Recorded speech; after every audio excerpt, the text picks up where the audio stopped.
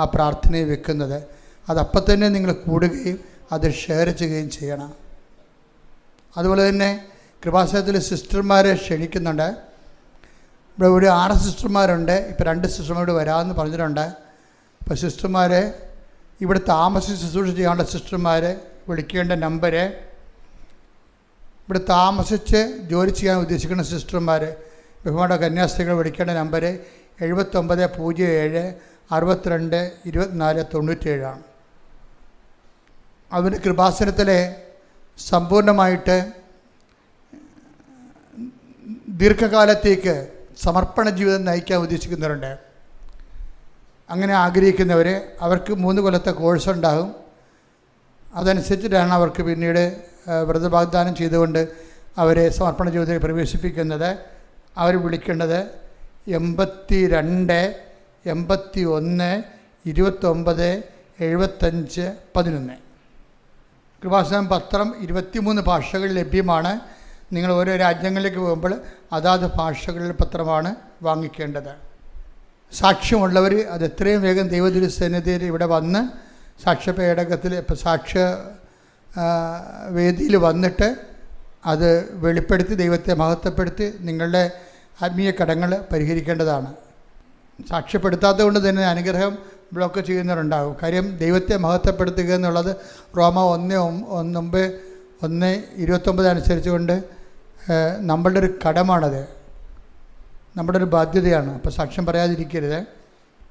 എന്നെ കാണാൻ ആഗ്രഹിക്കുന്നവർ 94 47 28 54 00 ഈ നമ്പറിൽ വിളിച്ചിട്ട് അച്ഛനുണ്ടെന്ന് ഉറപ്പ് വരുത്തിയിട്ട് വേണം അച്ഛനെ കാണാൻ വേണ്ടി വരണം. അത് ഞങ്ങൾ വന്നപ്പോഴും അച്ഛൻ ഉണ്ടാകുമെന്ന് വിചാരിച്ചു എന്നൊക്കെ പറയരുത്.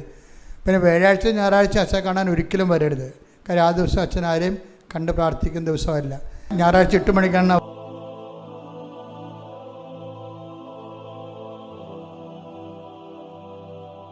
എൻ്റെ പ്രിയപ്പെട്ടവരെ,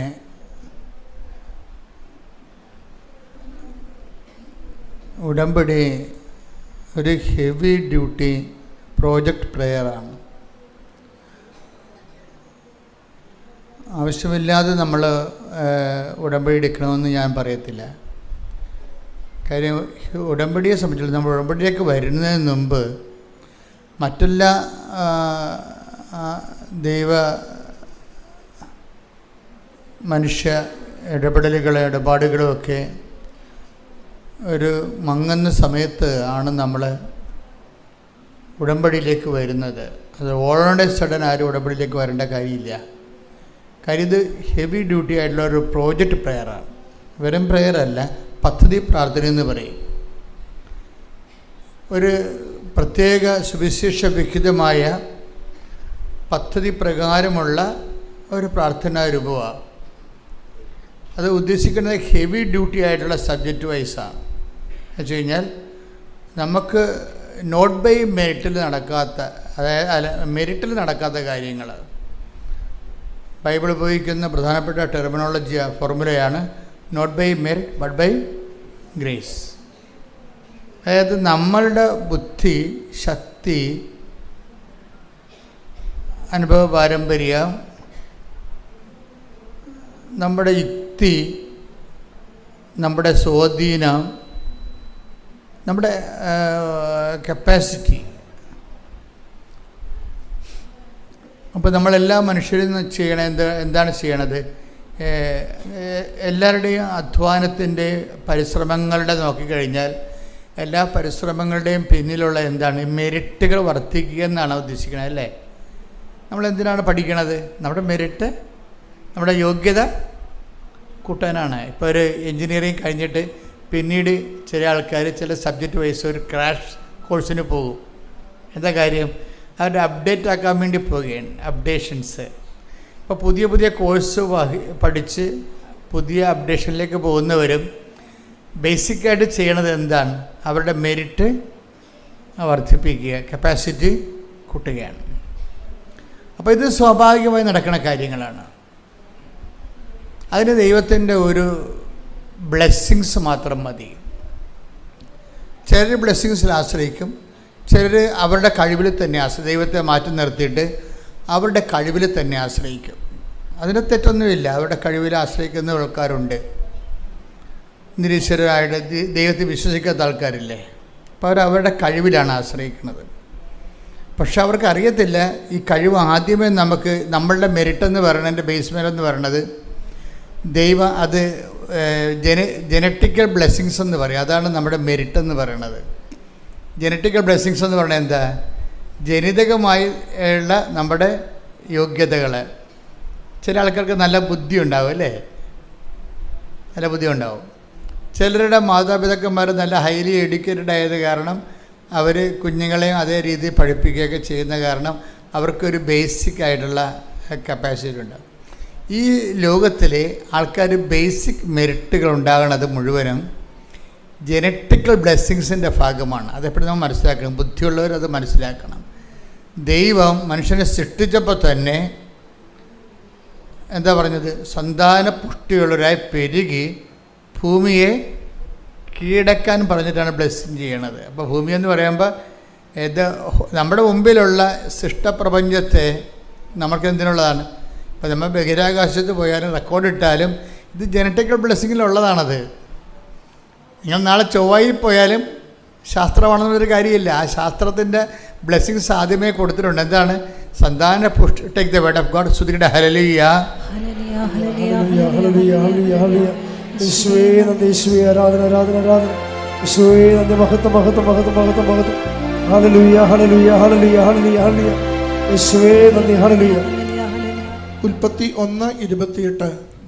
ദൈവം അവരെ ഇങ്ങനെ അനുഗ്രഹിച്ചു: സന്താന പുഷ്ടിയുള്ളവരായി പെരുകുവിൻ, ഭൂമിയിൽ നിറഞ്ഞ് അതിനെ കീഴടക്കുവിൻ. അതാണ് സംഭവം. ഉൽപ്പത്തി 1:28. അതാണ് ജനറ്റിക്കൽ ബ്ലെസ്സിങ് എന്ന് പറയുന്നത്. അപ്പം അതിന് ഒരു വിശ്വാസിയാകണം നിർബന്ധമില്ല. നിരീശ്വരനായാലും ദൈവത്തെ വിശ്വസിച്ചില്ലെങ്കിൽ നിർമ്മതക്കാരനായാലും it is there. Genetical blessings ഉണ്ട്. ചില ആൾക്കാർ അതിൽ പക്ഷേ ജനറ്റിക്കൽ ബ്ലെസ്സിങ്സിന് ഉണ്ടാകുന്ന ചില പരിമിതികളുണ്ട്. ഈ പരിമിതികളെയാണ് ബൈബിൾ പിന്നീട് അഡ്രസ്സ് ചെയ്യണത്. ജനറ്റിക്കൽ ബ്ലെസ്സിങ്സിന് ജനിതകമായിട്ടുള്ള ഈ അനുഗ്രഹത്തിനും അത് നമ്മുടെ ബുദ്ധിയിലും ശക്തിയിലുമൊക്കെ ആശ്രയിച്ചതാണെങ്കിലും ബുദ്ധിക്കും ശക്തിക്കും അപ്പുറത്ത് ചില സമയത്ത് നമുക്ക് ജീവിതത്തിൽ കുറേ ചലഞ്ചസ് വരും.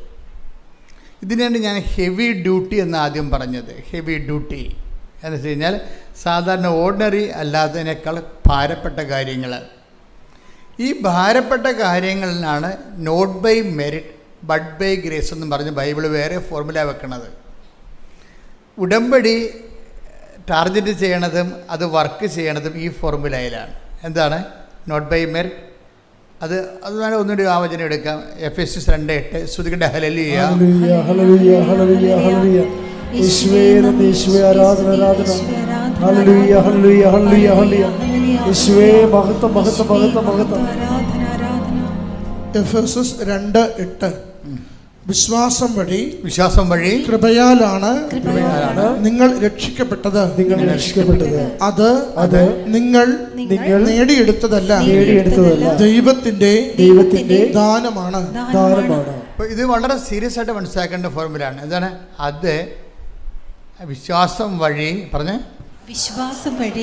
കൃപയാലാണ് നിങ്ങൾ രക്ഷിക്കപ്പെട്ടത്. അപ്പോൾ ഡെലിവറൻസ് വരണതും റിഡംഷൻ വരണതും എല്ലാം എന്താണ്? ചില സമയത്ത് ഹെവി ഡ്യൂട്ടിയാണ്. കൃപയാലാണ്. എന്താണ്? അത് നിങ്ങൾ നേടിയെടുത്തതല്ല, ആർജിതമല്ല. അത് നിങ്ങൾ ആർജിച്ചെടുക്കണതല്ല. നമ്മുടെ എഡ്യൂക്കേഷൻ നമ്മൾ ആർജിച്ചെടുക്കണതാണല്ലേ. MBA ഒക്കെ എടുക്കണതും MA എടുത്തിട്ട് MBA എടുക്കും, PhD എടുക്കും. അതെല്ലാം ആർജിച്ചെടുക്കണതാണ്. അപ്പം അത് നിങ്ങൾ നേടിയെടുത്തതല്ല. എന്താണ്? വിശ്വാസം വഴി കൃപയാലാണ്. പറഞ്ഞ് വിശ്വാസം വഴി കൃപയാലാണ് നിങ്ങൾ രക്ഷിക്കപ്പെട്ടത്. ഇനി എന്താ പറഞ്ഞത്? ഈ കൃപയെക്കുറിച്ച് എന്താ പറഞ്ഞത്? കൃപ എന്താണ്? അത് പറഞ്ഞ് അത് നിങ്ങൾ നേടിയെടുത്തതല്ല. ട്രയൽ ആൻഡ് എറർ വെച്ചുകൊണ്ട് അല്ലെങ്കിൽ ട്രെയിനിങ് വെച്ചുകൊണ്ട് നിങ്ങൾ ആർജിച്ചെടുത്തതല്ല. പിന്നെ എന്താ? എങ്ങനെ എടുത്തതാണ്? ദൈവത്തിൻ്റെ ദാനമാണ്. അത് ദൈവത്തിൻ്റെ ദാനമാണ്. ഇപ്പം കൃപ എന്ന് പറയുന്ന വിഷയമാണ് ഇന്ധനമായിട്ട് ഇവിടെ ഉപയോഗിക്കുന്നത്. ഉടമ്പടിയിൽ ഉപയോഗിക്കുന്നത് ഇന്ധനം എന്ന് പറയുന്നത് കൃപയാണ്. അപ്പോൾ കൃപ എന്താണെന്ന് നിങ്ങൾ അറിയണം. ഇത് വ്യക്തമായിട്ട്. നിങ്ങൾ കൃപയെന്ന് പറയുന്നത് ബ്ലെസ്സിങ്സിനാണ് പറയണത്. Blessings is not grace. Grace and blessings are different. Blessings എന്ന് പറഞ്ഞാൽ എന്താണ്? അത് ഞാൻ എപ്പോഴും നിങ്ങളോട് പറയും, ഇതിൻ്റെ എന്താണ്, പുതിയ ആൾക്കാർ എല്ലാ ദിവസവും ഉണ്ട് ധ്യാനത്തിന്. അപ്പോൾ അവർക്ക് പഴയ ക്ലാസ്സുകൾ അറിയത്തില്ല. അതുകൊണ്ട് ഞാൻ പഴയ കാര്യങ്ങൾ വീണ്ടും എടുത്തിട്ട് ഇത് ഒത്തിരി പ്രാവശ്യം ആൾക്കാർ കേട്ട് കാണുന്ന കാര്യമാണിത്. പക്ഷേ ഞാനിത് വീണ്ടും പറയണതിൻ്റെ കാര്യം, പുതിയ ആൾക്കാർ ശ്രദ്ധിക്കണം. ഉടമ്പടി എന്താണ്, ബ്ലെസ്സിങ്സ് എന്താണ്, കൃപ എന്താണ്, നമ്മൾ എവിടെയാണ് ഇനി നിക്ഷേപിക്കണത്, നമ്മുടെ ഇതിൻ്റെ മൂവ്മെൻറ്റ്, ഇതിൻ്റെ ഓരോ ഘടകങ്ങളുടെ ഇൻവെസ്റ്റ്മെൻറ്റ് മോഡ് എന്താണെന്നൊക്കെ വ്യക്തമായിട്ട് നിങ്ങൾ അറിഞ്ഞാൽ മാത്രമേ ഇതുകൊണ്ട് അല്ലെങ്കിൽ നിങ്ങൾ സാധാരണ ആൾക്കാരെ പോലെ എന്തുമാത്രം പ്രാർത്ഥനകൾ, എന്തെല്ലാം പ്രാർത്ഥനാ രൂപങ്ങളുണ്ട്, അതുപോലെ ഇതും ഒരു പ്രാർത്ഥനയായിട്ട് നിങ്ങൾ റെഡ്യൂസ് ചെയ്ത് കളയും. ഇപ്പം ശാസ്ത്രീയമായിട്ടുള്ള മ്യൂസിക് അറിയാൻ പാടില്ലാത്തവർ എന്ത് ചെയ്യും? ശാസ്ത്രീയ മ്യൂസിക് കൊടുത്താലും അവർ നാടൻ പാട്ടായിട്ട് പാടും. അതാണ് പ്രശ്നം. ഇപ്പം ശാസ്ത്രീയ മ്യൂസിക് അറിയാൻ പാടില്ലാത്തവരെ സംബന്ധിച്ചിടത്തോളം അവർക്ക് ശാസ്ത്രീയമായൊരു പാട്ട് കൊടുത്താൽ അവരെന്ത് ചെയ്യും? അത് പാടി നാടൻ പാട്ടാക്കി കളയവർ. അതുപോലെ തന്നെ ഉടമ്പടിയെക്കുറിച്ച് അതിൻ്റെ വ്യക്തത അറിയാൻ പാടില്ലെങ്കിൽ അത് അവർ സാധാരണ ചെയ്തൊരു നൊവേനയ്ക്ക് കളയവർ. ഇത് ഭയങ്കര ഉടമ്പടിയുടെ ഏറ്റവും വലിയ അപകടമാണ്. ഇത് വന്നത് കൂടുതലും വരണത് പ്രായമായവരിൽ. അതുകൊണ്ട് പ്രായമായവരെ കൊണ്ട് ഉടമ്പടി ഇടിപ്പിക്കാത്തതിൻ്റെ കാരണം അതാണ്. നിങ്ങളാരും അതിൻ്റെ അകത്ത് മുഷിക്കേണ്ട കാര്യമില്ല. കാര്യം ഇത് എടുക്കണമെന്നുണ്ടെങ്കിൽ ക്ലാസ്സുകൾ കൃത്യമായിട്ട് അറ്റൻഡ് ചെയ്തിട്ട് അത് അതുപോലെ ഇൻവെസ്റ്റ് ചെയ്യാൻ നിങ്ങൾക്ക് സാധിക്കണം. പ്രാർത്ഥിക്കുക. കർത്താവായ ദൈവമേ, ഉടമ്പടി പ്രകാരം സുവിശേഷ പദ്ധതിയായി എൻ്റെ ആധ്യാത്മികതയെ പരിവർത്തനം ചെയ്യാൻ എന്നെ അനുഗ്രഹിക്കണമേ. സ്തുതിക്കട്ടെ. ഹല്ലേലൂയ.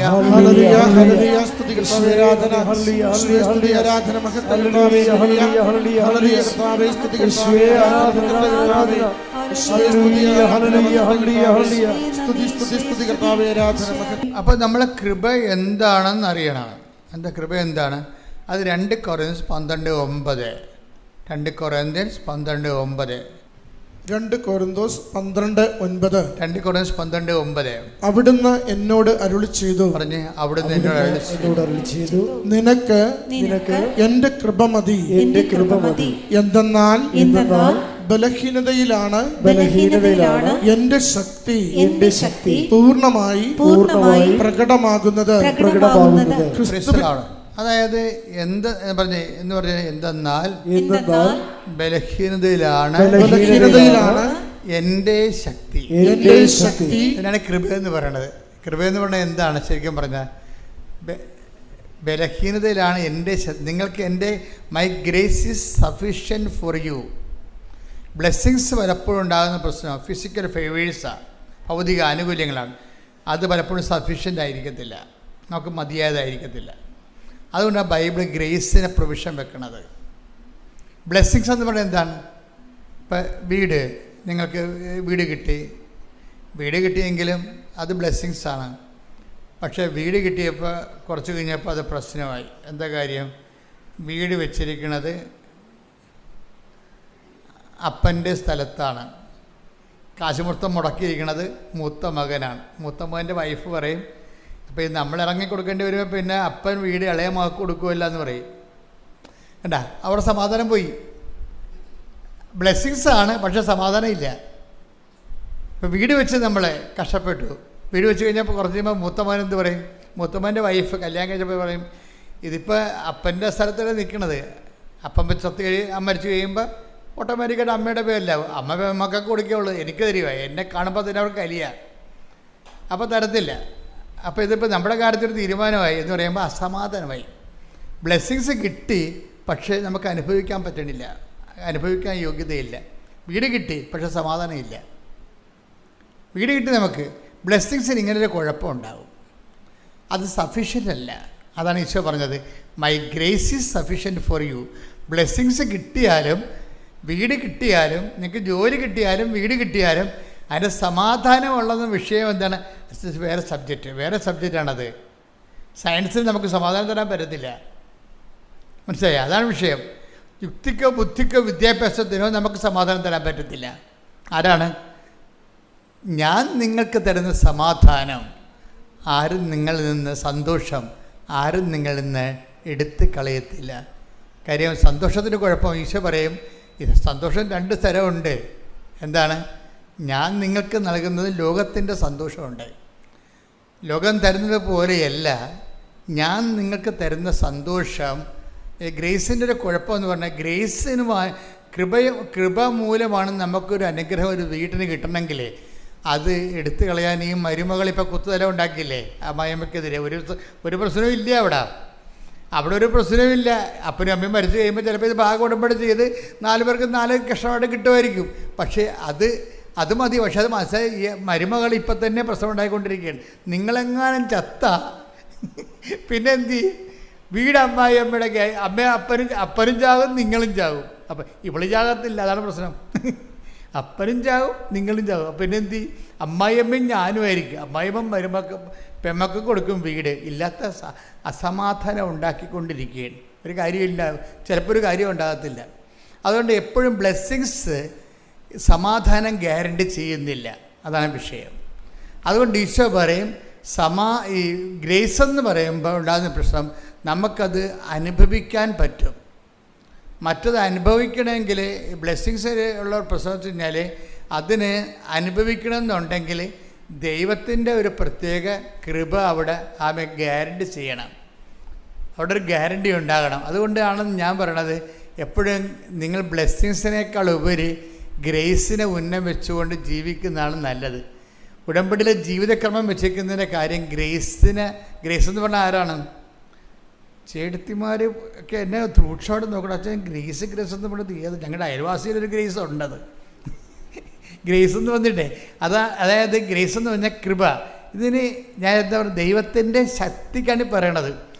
നിങ്ങൾ പറയണ പല കാര്യങ്ങളും ബ്ലെസ്സിങ്സ് എന്ന് പറയുന്നത് ദൈവത്തിൻ്റെ ശക്തിയല്ല, ശക്തിയുടെ ഇഫക്റ്റാണ്. എന്ന് വെച്ച് കഴിഞ്ഞാൽ എന്താണ് ഇഫക്റ്റ് എന്ന് പറയണത്? ഇപ്പോൾ ഞാൻ എപ്പോഴും നിങ്ങളോട് പറയാം, സിമ്പിളായിട്ട് പറയാം. ഒരു കറണ്ട് നമ്മൾ ഉപയോഗിക്കുന്നു അല്ലേ? കറണ്ട് സ്വിച്ച് ഇടുമ്പോൾ ലൈറ്റായിട്ട് വന്നിട്ട് അതൊരു പ്രകാശ ഊർജ്ജമായിട്ട് മാറിയിട്ട് ഇവിടെ മുഴുവനും വെളിച്ചം കൊണ്ട് നിറയുകയാണ്. അപ്പോൾ വെളിച്ചമല്ലല്ലോ, കറണ്ട് വേറെയല്ലേ. അതിൻ്റെ അകത്ത് വെളിച്ചം എന്നുള്ളതാണ് ബ്ലെസ്സിങ്സ്. കറണ്ട് ഓഫായി കഴിഞ്ഞാൽ വെളിച്ചം താനേ പോകും. അപ്പോൾ കറണ്ടാണ് ഗ്രേസ്, ഊർജം. അത് ദൈവത്തിൻ്റെ ശക്തിയാണ്. നമുക്ക് ലഭിക്കുന്നതെല്ലാം ഇഫക്റ്റാണ്. ഈ ബ്ലെസ്സിങ്സ് എന്ന് പറഞ്ഞാൽ ഇഫക്റ്റാണ്. അപ്പോൾ അതുകൊണ്ട് എപ്പോഴും നമ്മൾ ശ്രദ്ധിക്കേണ്ടത് മരമറിയാതെ കൊടിയിടരുത്. ശരിക്കും എന്താ ചെയ്യേണ്ടത്? നമ്മൾ ചെയ്യേണ്ടത് ഗ്രേസിനെ തന്നെ നമ്മൾ ആങ്കർ ചെയ്യണം, ഉന്നം വെക്കണം, പ്രാർത്ഥിക്കുക. കർത്താവ് ദൈവമേ, നിന്റെ ശക്തി എന്നിലേക്ക് ആവശ്യിക്കാൻ വേണ്ടി എൻ്റെ നിലവിലുള്ള സാഹചര്യത്തിൻ്റെ പരാധീനതകള് നിന്റെ നാമത്തിൽ ഞാൻ എടുക്കുകയും അതെല്ലാം എന്റെ ബലഹീനമായ സാഹചര്യങ്ങള് നിന്റെ ശക്തി ആർജിക്കാനുള്ള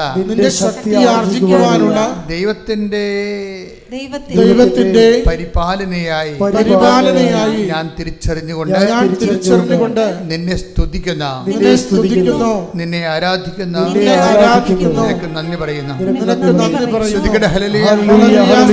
ബലഹീനത, കുഞ്ഞുങ്ങൾ ഉണ്ടാവാത്ത ജനറ്റിക് ട്രബിൾസ്, കുട്ടികളുണ്ടാകത്തില്ല എന്ന് പറയത്തില്ലേ, അത് അതിൻ്റെ ബലഹീനതയാണ്. അതുപോലെ തന്നെ കല്യാണം ഒത്തുവരാത്ത അവസ്ഥ, അതൊരു ബലഹീനത. എന്നിട്ട് ഈ ബലഹീനതയിൽ സാധാരണ ദൈവത്തെ അറിയാത്ത മനുഷ്യരെ ബലഹീനത വരുമ്പോൾ അത് ഓർത്തുകൊണ്ട് നിരാശപ്പെടുകയും സങ്കടപ്പെടുകയും ചെയ്തുകൊണ്ടിരിക്കും. പക്ഷെ ബൈബിൾ എന്നാ പറയണത്? ബലഹീനത എന്ത് ചെയ്യണമെന്ന് 12:10 2 Corinthians 12:9-10 വായിച്ചേ. അവിടുന്ന് എന്നോട് അരുളി ചെയ്തു, നിനക്ക് എന്റെ കൃപ മതി. എന്തെന്നാൽ ബലഹീനതയിലാണ് എന്റെ ശക്തി പൂർണ്ണമായി പ്രകടമാകുന്നത്. ക്രിസ്തുവിന്റെ ശക്തി എന്റെ മേൽ ആവസിക്കേണ്ടതിന് ഞാൻ പൂർവാധികം സന്തോഷത്തോടെ എന്റെ ബലഹീനതയെ കുറിച്ച് പ്രശംസിക്കും. അതുകൊണ്ട് അതായത് ക്രിസ്തുവിൻ്റെ ശക്തി. ഇപ്പം നമ്മുടെ ബലഹീനമായ സാഹചര്യങ്ങൾ, വിവാഹമൊത്ത് വരുന്നില്ല, പറമ്പ് വിൽക്കണില്ല ഇല്ലേ, പറമ്പ് വയ്ക്കാൻ പറ്റണില്ല, ജപ്തി വരാൻ പോകുന്നു, ഇതെല്ലാം നമ്മൾ ബലഹീനമാക്കുന്നുണ്ട്, നമ്മുടെ ഉറക്കം കെടുത്തുന്നുണ്ട് അല്ലേ? അപ്പോൾ ഇങ്ങനെയുള്ള സാഹചര്യങ്ങൾ എന്തിനാണ്, ഇതിനെങ്ങനെയാണ് നമ്മൾ അഭിമുഖീകരിക്കുന്നത്? അതാണ് ഇപ്പോൾ അച്ഛൻ വായിച്ചത്. എന്താ പറഞ്ഞത്? ക്രിസ്തുവിൻ്റെ ശക്തി, പറഞ്ഞേ, ക്രിസ്തുവിന്റെ ശക്തി, ക്രിസ്തുവിൻ്റെ ശക്തി, ക്രിസ്തുവിന്റെ ശക്തി എൻ്റെ ബലഹീനതയിലേക്ക് ആവസിക്കാൻ വേണ്ടി ഞാൻ എൻ്റെ ബലഹീനതയെ ഓർത്തുകൊണ്ട് പ്രശംസിക്കാം. സ്തുതിക്കുമെന്ന് അർത്ഥം. അപ്പോൾ അതൊക്കെ ബൈബിളിൻ്റെ കാഴ്ചപ്പാട് കണ്ടല്ലേ? അതായത് നമ്മളിലേക്ക് ക്രിസ്തുവിൻ്റെ ശക്തി. ഇപ്പം നിങ്ങൾക്കൊരു ബലഹീനതയുണ്ട്, നിങ്ങളുടെ പറമ്പ് വിൽക്കണില്ലെന്ന് വിചാരിച്ചോ, അതുകൊണ്ട് ജപ്തി ആയി പോകാൻ പോവുകയാണ്. പറമ്പ് വിൽക്കാൻ പറ്റാത്തത് കൊണ്ട് തന്നെ അതിന് വഴിയില്ലാത്തത് കൊണ്ടാണ് വിൽക്കാൻ പറ്റാത്തത്. വിൽക്കാൻ പറ്റാത്തത് കൊണ്ടാണ് ഇപ്പോൾ നിങ്ങളുടെ കടങ്ങൾ അടക്കാൻ പറ്റാത്തത്. അതുകൊണ്ടാണ് അടുത്ത പറമ്പ് കൂടിയും വീട് സ്ഥലം കൂടി ജപ്തിയാകാൻ പോണത്. ഇപ്പം അങ്ങനെ വരുമ്പോഴേ ഇതെല്ലാം നമ്മളെ നമുക്ക് ഉറക്കം പോവും. ഈ ഭാവിയെക്കുറിച്ച് നമുക്കൊരു ഐഡിയ ഉണ്ടാകത്തില്ല. നമ്മൾ ആകപ്പാടെ പെട്ടുപോയില്ലെന്ന് ഓർക്കും. ഇപ്പം നമ്മൾ ചില ആൾക്കാർ സ്മോളടിച്ച് നടക്കും, ചില ആൾക്കാർ വീട്ടിൽ കയറത്തില്ല. വീട്ടിൽ കയറിയ ഭാര്യ ചോദിക്കും, എന്താ പോയിട്ട് എന്തായി, നടന്നോ എന്നൊക്കെ ചോദിക്കുമ്പോൾ നടക്കാത്തത് കൊണ്ട് പുള്ളിക്ക് സങ്കടമായിരിക്കും. പുള്ളി വന്ന് കിടക്കും, നീ ഒന്നും മിണ്ടാതിരി, നിൻ്റെ നാവ് വായിലിടാൻ പറയും. എന്നുവെച്ചാൽ ഇവർ പെണ്ണുങ്ങളെ സ്വഭാവം, നിങ്ങളുടെ സ്വഭാവം അറിയാമല്ല, ചുമ്മാ കണാ എപ്പോഴും പറഞ്ഞുകൊണ്ടിരിക്കും, ഒന്നും ചെയ്യത്തുമില്ല, ഇപ്പോൾ ചെയ്യണവനെ കൊണ്ട് ചെയ്യിക്കത്തുമില്ല. എപ്പോഴും ഇങ്ങനെ, ചിലരുമല്ല, ചില ആൾക്കാർ ഭയങ്കര തലവേദനയായിരിക്കും. കാര്യം അതുകൊണ്ട് തന്നെ ഇവർ ചിലർ വീട്ടിൽ കയറത്തില്ല. അവർ നിങ്ങൾ എഴുന്നേക്ക് ഉടനുമ്പോൾ തന്നെ അവർ വീട്ടിൽ നിന്ന് പോകും. എന്താ കാര്യം? വീട്ടിൽ കയറേണ്ട കാര്യമില്ല, സമാധാനമാണ്. മനുഷ്യനെ വെറുതെ ഭ്രാന്ത് പിടിപ്പിക്കും. കാര്യം ഭ്രാന്ത് പിടിപ്പിക്കുമല്ല, കാര്യം നിങ്ങൾക്ക് തന്നെ ടെൻഷൻ അടിച്ച് ഭ്രാന്താവും. ആ ഭ്രാന്ത് ആരെങ്കിലും കൊടുക്കണം വേണ്ടി കൈ കെട്ടണവൻ്റെ അടുത്തും മക്കളുടെ അടുത്തും ഭർത്താവിൻ്റെ അടുത്തൊക്കെ പറഞ്ഞ് എല്ലാത്തിനും ഭ്രാന്ത് പിടിപ്പിക്കും. അപ്പോൾ ബൈബിൾ പറയണത് ഇങ്ങനെ ഭ്രാന്ത് പിടിപ്പിച്ച് കഴിഞ്ഞാൽ ഈ വെള്ളം കുടിക്കണവനൊക്കെ ദാഹിക്കും. അതാ പറഞ്ഞത്. അതായത് ഇങ്ങനെ അങ്ങോട്ടും ഇങ്ങോട്ടും പഴുതുകാരി ഭ്രാന്ത് പിടിപ്പിച്ച് ഭർത്താവിനെ വീട്ടിൽ നിന്ന് ഇറക്കി വിട്ടിട്ട് നാട്ടിൽ നിൽക്കാൻ പറ്റാത്ത രീതിയിലൊക്കെ ഉണ്ടാക്കിയിട്ട് അങ്ങനെ ഓടിയാൽ ഇവിടം വരെ ഓടാനാണ്. നാട്ടുഭാഷ പറഞ്ഞാൽ ഓന്തോടിയാൽ വെയിലി വരെ ഓടും. അതുതന്നെ ഈശോ വേറൊരു ഭാഷ പറഞ്ഞതേ ഉള്ളൂ, ഓന്തോടിയാൽ വെയിലി വരെ ഓടും, ചെമ്മീൻ ചാടിയ ചട്ടി വരെ. നിങ്ങൾക്ക് ബഹളം ഉണ്ടാക്കി കഴിഞ്ഞാൽ നിങ്ങൾക്ക് വേണമെങ്കിൽ വല്ല മഠത്തിൽ പോയി നിൽക്കാം. 2 ആഴ്ച കഴിഞ്ഞപ്പോൾ പിന്നെ ഇപ്പോൾ ഈ മണ്ണഞ്ചേരിയിലെ പോലീസുകാർ നല്ല രസമാണ്, ഇടയ്ക്കിടയ്ക്ക് വിളിക്കും, ഏലിയാമ്മ ഉണ്ട് അവിടെ. ഏത് ഏലിയാമ്മ? അപ്പോൾ ഇവിടെ ഇത് പറയും, ഏലിയാമ്മയൊക്കെ നോക്കി നടക്കും. ഇന്നലെ അലക്സത്തെ കൊണ്ട് നോക്കിയപ്പോൾ ഉണ്ടായിരുന്നു, നോക്കിയപ്പോൾ ഉണ്ട് ഏലിയാമ്മ അകത്ത് കുത്തിയിരിക്കും. 2-3 ദിവസമായി അകത്തിരിക്കണത്. അവിടെ നിന്ന് പോയി കഴിഞ്ഞാൽ ഇവിടെ വന്ന് ഇരിക്കാം, കുറച്ച് കഴിയുമ്പോൾ പോലീസ് പിടിച്ചിട്ട് പോകും. ഇങ്ങനെ ഒന്നും വിഷയങ്ങൾ പരിഹരിക്കാൻ പറ്റത്തില്ല. അതൊക്കെ സ്വാഭാവികമായിട്ട് മഠത്തിൽ പോയി നിൽക്കുക, അല്ലെങ്കിൽ കെട്ടിച്ച വീട്ടിലേക്ക് നമുക്ക് എത്ര കാലം പോയി നിൽക്കാൻ പറ്റും? നമുക്ക് ആദ്യത്തെ 10 കൊല്ലം പോയി നിൽക്കാൻ പറ്റത്തുള്ളൂ. നിങ്ങൾ ഇടക്കിടക്ക് ഇങ്ങനെ പെട്ടിയും പ്രമാണം എടുത്ത് പായും കിടക്കെടുത്ത് അങ്ങോട്ട് ചെന്നാലേ അവിടെ ആൾക്കാർ ആരാണീ പോയി നിൽക്കണ വീട്ടിൽ അവിടെ ആൾക്കാരില്ലാത്ത ആൾക്കാരാണ് നിൽക്കണത്. അപ്പനും അമ്മയും മാത്രമേ ഉണ്ടാകത്തുള്ളൂ മിക്കവാറും. ആങ്ങളെ ജോലിക്ക് പോയിരിക്കും, നാത്തും ജോലിക്ക് പോയിരിക്കും. പിന്നെ അവിടെ പോയി നിൽക്കുക. അങ്ങനെയുള്ളവരാണ് വീട്ടിൽ പ്രശ്നം ഉണ്ടാക്കിയിട്ട് അവിടെ പോയി നിൽക്കണത്. ഇതൊന്നും ഈശോ എന്താ പറയണത്? ഈ വെള്ളം കുടിക്കണവന് ഇനിയും ദാഹിക്കും, ചെമ്മീൻ ചാടിയ ചട്ടി വരെ. അതാണ് നമ്മുടെ നാട്ടുഭാഷ പറഞ്ഞാൽ, മനുഷ്യവചനം പറഞ്ഞാൽ ചെമ്മീൻ ചാടിയ ചട്ടി വരെ. ഈശോ ദൈവഭാഷ പറഞ്ഞതാണ്. എന്താ പറഞ്ഞത്?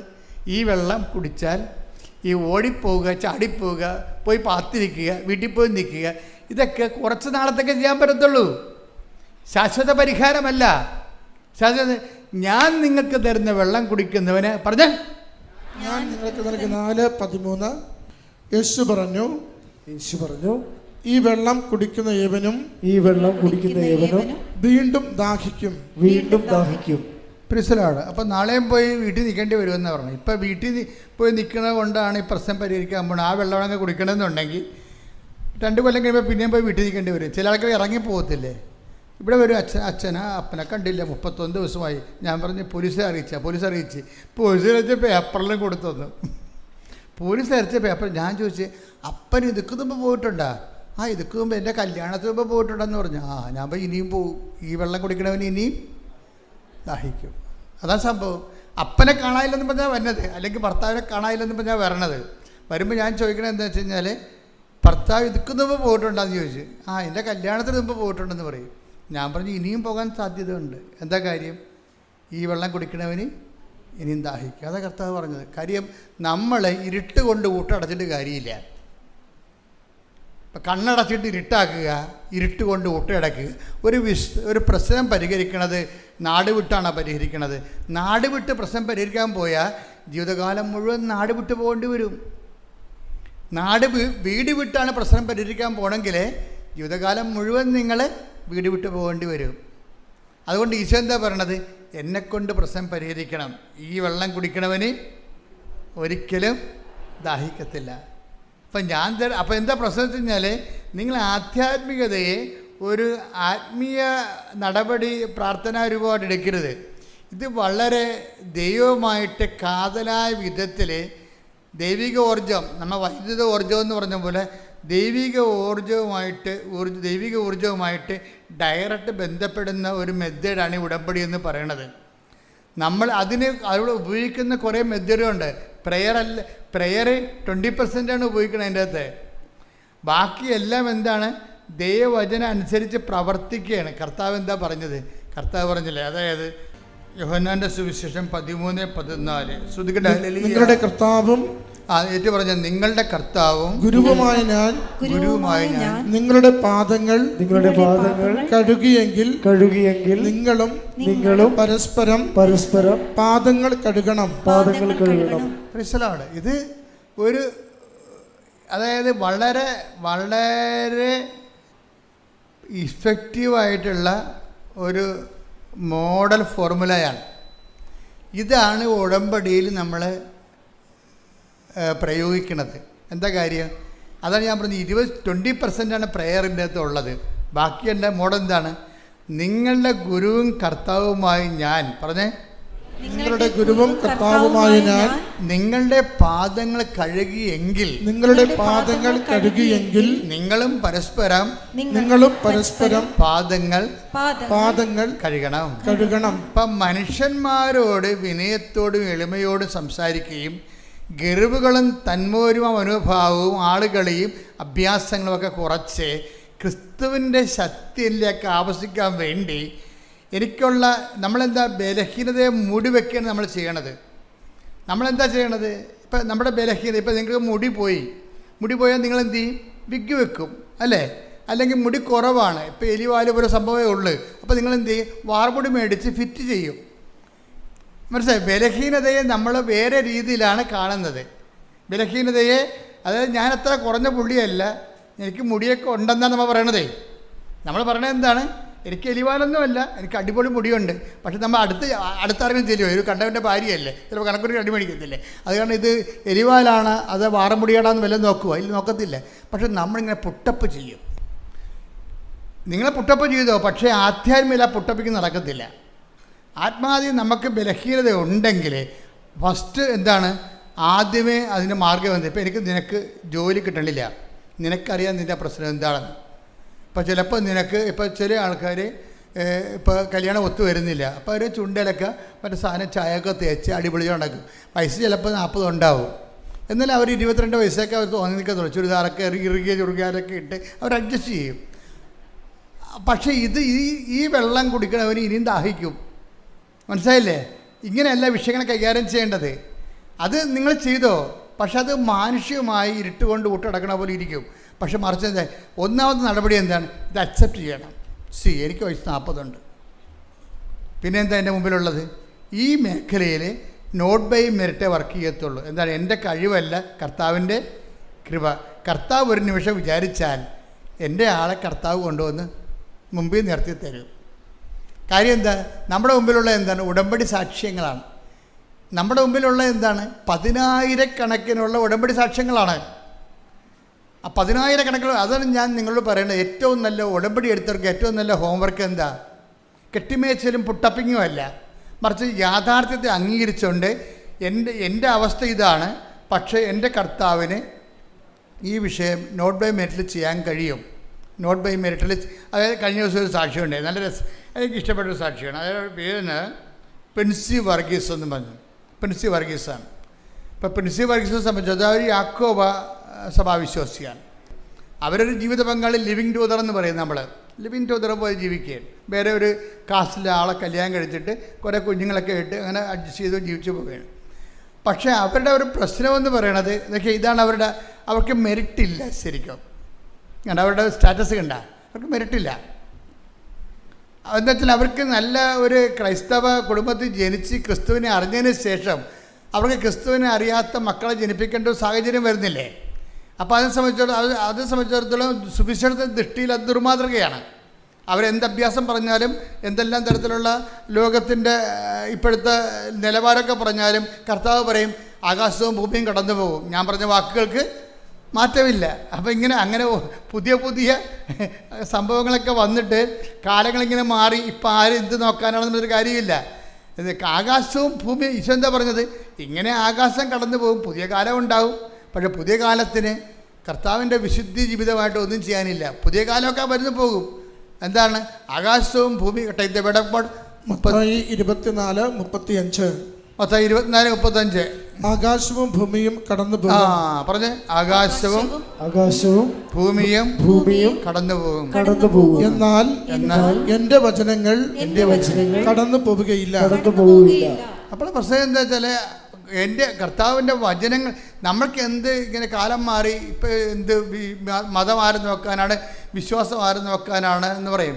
നിങ്ങളെ പറയും ഞങ്ങൾ മതം മാറിയിട്ടൊക്കെ കുഴപ്പമൊന്നുമില്ലല്ലോ, ഞങ്ങളെ വിശ്വാസം മാറിയിട്ടൊക്കെ കുഴപ്പമൊന്നുമില്ലല്ലോ, ഞങ്ങളുടെ മകന് ജോലി കിട്ടിയല്ലോ, മകൾ കാനഡയിൽ പോയല്ലോ.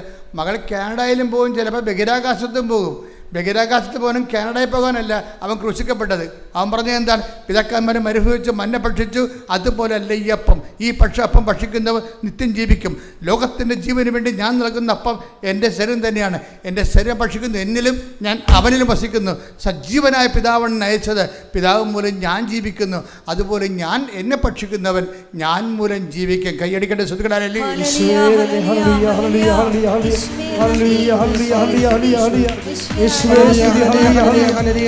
നിത്യജീവന്റെ അപ്പം നിരന്തരം സഹായിക്കണമേ.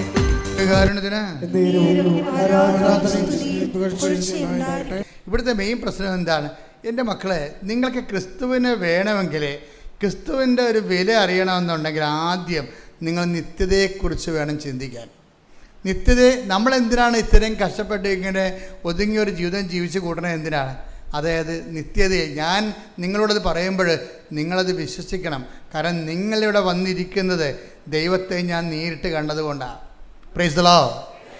2004 ഡിസംബർ 7 മാതാവ് സമയഘടികാരം നെഞ്ചിൽ ചാർത്തിക്കൊണ്ട് ഇവിടെ പ്രത്യക്ഷപ്പെട്ടത്. ഞാനത് ഏറ്റുപറഞ്ഞുകൊണ്ട് അമ്മയുടെ രൂപ ഇവിടെ പ്രതീക്ഷിച്ചപ്പോഴാണ് നമുക്ക് പ്രത്യക്ഷീകരണ പ്രാർത്ഥന നൽകിയത്. പ്രത്യക്ഷീകരണ പ്രാർത്ഥന ആൾക്കാർ 6 മാസം ചെല്ലിയപ്പോഴാണ് നമുക്ക് ഉടമ്പടി തന്നത്. ലോകത്തൊരു ധ്യാനകേന്ദ്രം കൊടുക്കാതെ എന്തുകൊണ്ട് ഉടമ്പടിയുടെ രഹസ്യം നമുക്ക് നൽകി. അതിലൂടെ 10,000 ദൈവം ഇവിടെ കോരിച്ചൊരി. കഴിഞ്ഞ ദിവസങ്ങളെല്ലാം ഇവിടെ കോരിച്ചൊരിയുന്ന മഴയായിരുന്നു. പക്ഷേ ഇത്രയും ആൾ അപ്പോഴും ഉണ്ടായിരുന്നു. എന്തുകൊണ്ടാണ് ഈ മഴയത്തും ആൾക്കാർ വിട്ടുമാറാതെ ഇങ്ങനെ കൃപാസനം നിൽക്കുന്നതിൻ്റെ കാര്യം എന്താണ്? കൃപാസനം മനുഷ്യനെ ദൈവത്തിൻ്റെ വചനത്തിൻ്റെ വെളിച്ചത്തിൽ ക്രിസ്തുവിൻ്റെ നാമത്തിൽ മനുഷ്യൻ്റെ വർത്തമാനകാലവും ഇനി വരാൻ പോകുന്ന കാലത്തെക്കുറിച്ചും അഭിസംബോധന ചെയ്യാൻ ദൈവത്തിൻ്റെ സംവിധാനം ശ്രദ്ധിക്കട്ടെ. ഹല്ലേലൂയ. സെറ്റപ്പ് മനസ്സിലായില്ലേ? അതങ്ങനെ വളരെ ഒരു 0 മിനിറ്റിൽ നിൽക്കുന്ന ആളാണ്.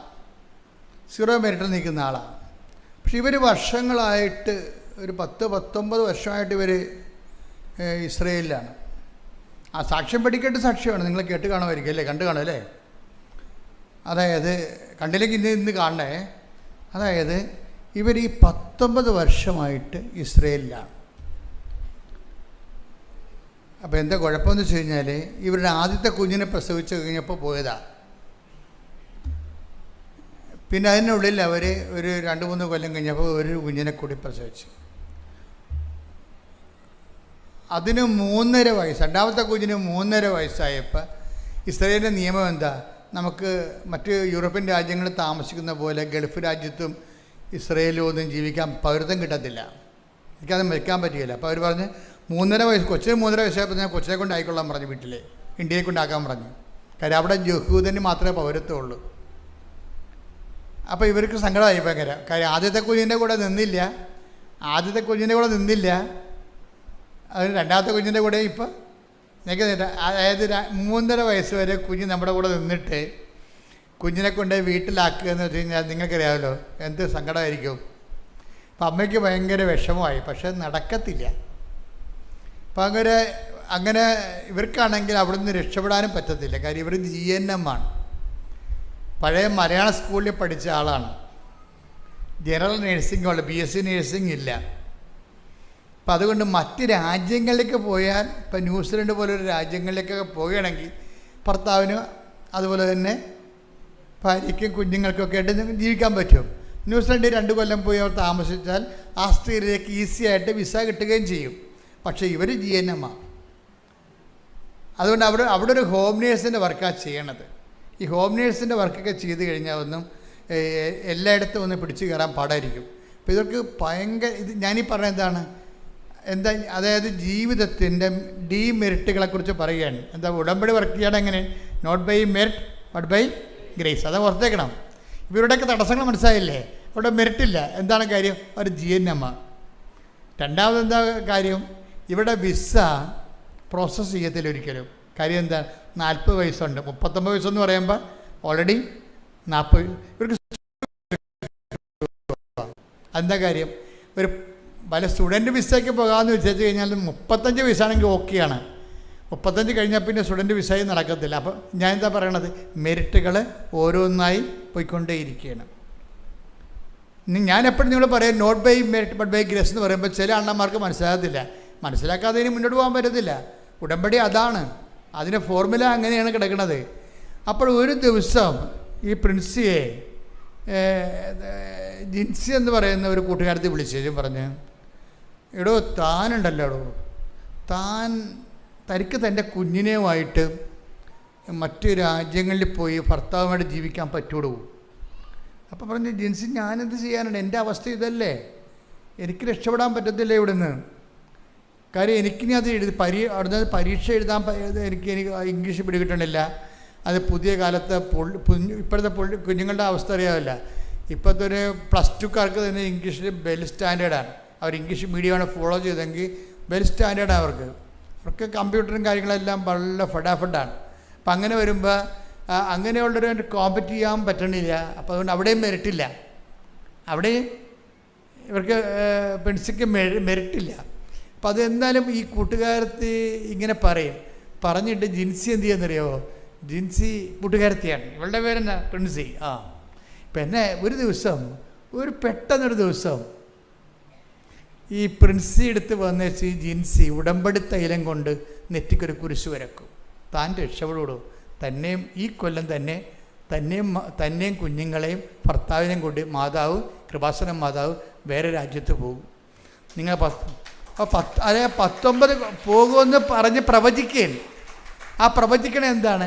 ഈ ഉടമ്പടിയുടെ തൈലമെടുത്ത് ഇവരുടെ നെറ്റിക്ക് ഇങ്ങനെ പൂശിയിട്ടാണ് ഇവർ പ്രവചിക്കുക. അപ്പോൾ ദൈവം ഒരാളെ നിങ്ങളെപ്പോഴും ഓർക്കേണ്ട കാര്യം ഇതാണ്. നിങ്ങൾ ഉടമ്പടി എടുക്കുമ്പോൾ ശ്രദ്ധിക്കേണ്ടത്, നിങ്ങളുടെ വയറ്, നിങ്ങളുടെ കുഞ്ഞ്, നിങ്ങളുടെ ഭർത്താവ്, നിങ്ങളുടെ ജോലി, നിങ്ങളുടെ വീട്, ഇതും പറഞ്ഞുകൊണ്ടിരുന്ന ഈ ജന്മത്തെ ഉടമ്പടി വർക്ക് ചെയ്യത്തില്ല. എനിക്ക് ഏർപ്പെടുന്ന ഈ അച്ഛനെ കാണാൻ വേണ്ടി നിൽക്കുന്ന ആൾക്കാരില്ലേ, എപ്പോഴും നിങ്ങൾ ശ്രദ്ധിക്കണം. അച്ഛനെ കാണാൻ വരുന്നത് പകുതി, അതായത് നിങ്ങൾ അച്ഛനെ കാണാൻ വരുമ്പോൾ ശ്രദ്ധിക്കേണ്ട കാര്യം ഉടമ്പടി എടുത്തവരായിരിക്കണം വരേണ്ടത്. പിന്നെ ഞാൻ കൊടുത്തിരിക്കുന്ന ആർക്കാത്തിന് രോഗികളില്ലേ, രോഗികളെ നമുക്കൊന്നും പറയാൻ പറ്റത്തില്ല. രോഗികൾക്ക് ചിലപ്പോൾ ഉടമ്പടി എടുക്കാൻ പറ്റത്തില്ലല്ലോ. കാര്യം ഗുരുതരമായ രോഗികളെ ഞാൻ എടുക്കത്തുള്ളൂ, ആൾക്കാരെ വരത്തുള്ളൂ. പക്ഷേ അവരോട് നമുക്ക് ഉടമ്പടി എടുക്കാൻ പറയാൻ പറ്റുക? അപ്പോൾ ചിലപ്പോൾ അവരുടെ വൈഫായിരിക്കും എടുത്തിരിക്കുന്നത്. പക്ഷേ പ്രോബ്ലം വെച്ച് കഴിഞ്ഞാൽ ഇവരുടെ രോഗി വൈഫാണ് എടുത്തിരിക്കണമെന്നുണ്ടെങ്കിലും ഇവരെ ചിലപ്പോൾ നമ്മൾ വർക്കൗട്ട് ചെയ്ത് വിജയിക്കത്തില്ല. കാര്യം എന്താ? വൈഫെന്ന് പറഞ്ഞാൽ ലോക കള്ളിയായിരിക്കും. അതാണ് പ്രശ്നം. അവർ ഉടമ്പടി ഉഴപ്പിക്കണം. അതെപ്പോഴും നമ്മൾ ശ്രദ്ധിക്കണം. അതായത് എനിക്കിപ്പോൾ ചില ആൾക്കാരോട് ഞാൻ മെസ്സേജ് പറയത്തില്ലേ, ചില ആൾക്കാർ മെസ്സേജ് പറയും, ചില ആൾക്കാർ ഡേറ്റ് പറയും. അതിൻ്റെ കാര്യം വെച്ച് കഴിഞ്ഞാൽ അവർ പക്ക ഉടമ്പടിക്കാരാണ്. അവർ ഉടമ്പടിയിലാണ് ജീവിക്കുന്നത്. മറ്റുള്ളവരെ നമ്മൾ അച്ഛനെ കാണാനുള്ള ചീട്ടായിട്ടാണ് ഉടമ്പടി ദുരുപയോഗിക്കുന്നത്. അവരവിടെ ഇടിച്ചതിൽ ചീട്ട് വാങ്ങിക്കണില്ലേ, അവർ ഉടമ്പടിയായിട്ട് അവർക്ക് ബന്ധമില്ല. ഉടമ്പടി എടുത്തിട്ട് പോലും അവർ ചെയ്തിട്ടില്ല. കാരണം ചില ആൾക്കാർ വരണമെന്ന് പറയണത്, ഇപ്പോൾ ഇന്നലെ ഞാൻ നോക്കുമ്പോൾ ഉടമ്പടി ചീട്ട് കിട്ടിയപ്പോൾ എനിക്ക് സംശയം തോന്നി. മാതാവിൻ്റെ അടുത്ത് വെച്ചപ്പോൾ എനിക്ക് സംശയം തോന്നി. ഞാൻ നേരെ ചെന്നിട്ടും അവരുടെ ഉടമ്പടിയുടെ ചീട്ട് പരിശോധിച്ചു. ഉടനെ അവരുടെ പേപ്പർ പരിശോധിച്ചപ്പോൾ 2023 ഉടമ്പടിയാണ്. അന്ന് മുങ്ങിയിട്ട് ഇന്ന് പൊങ്ങുകയാണ് ആൾ.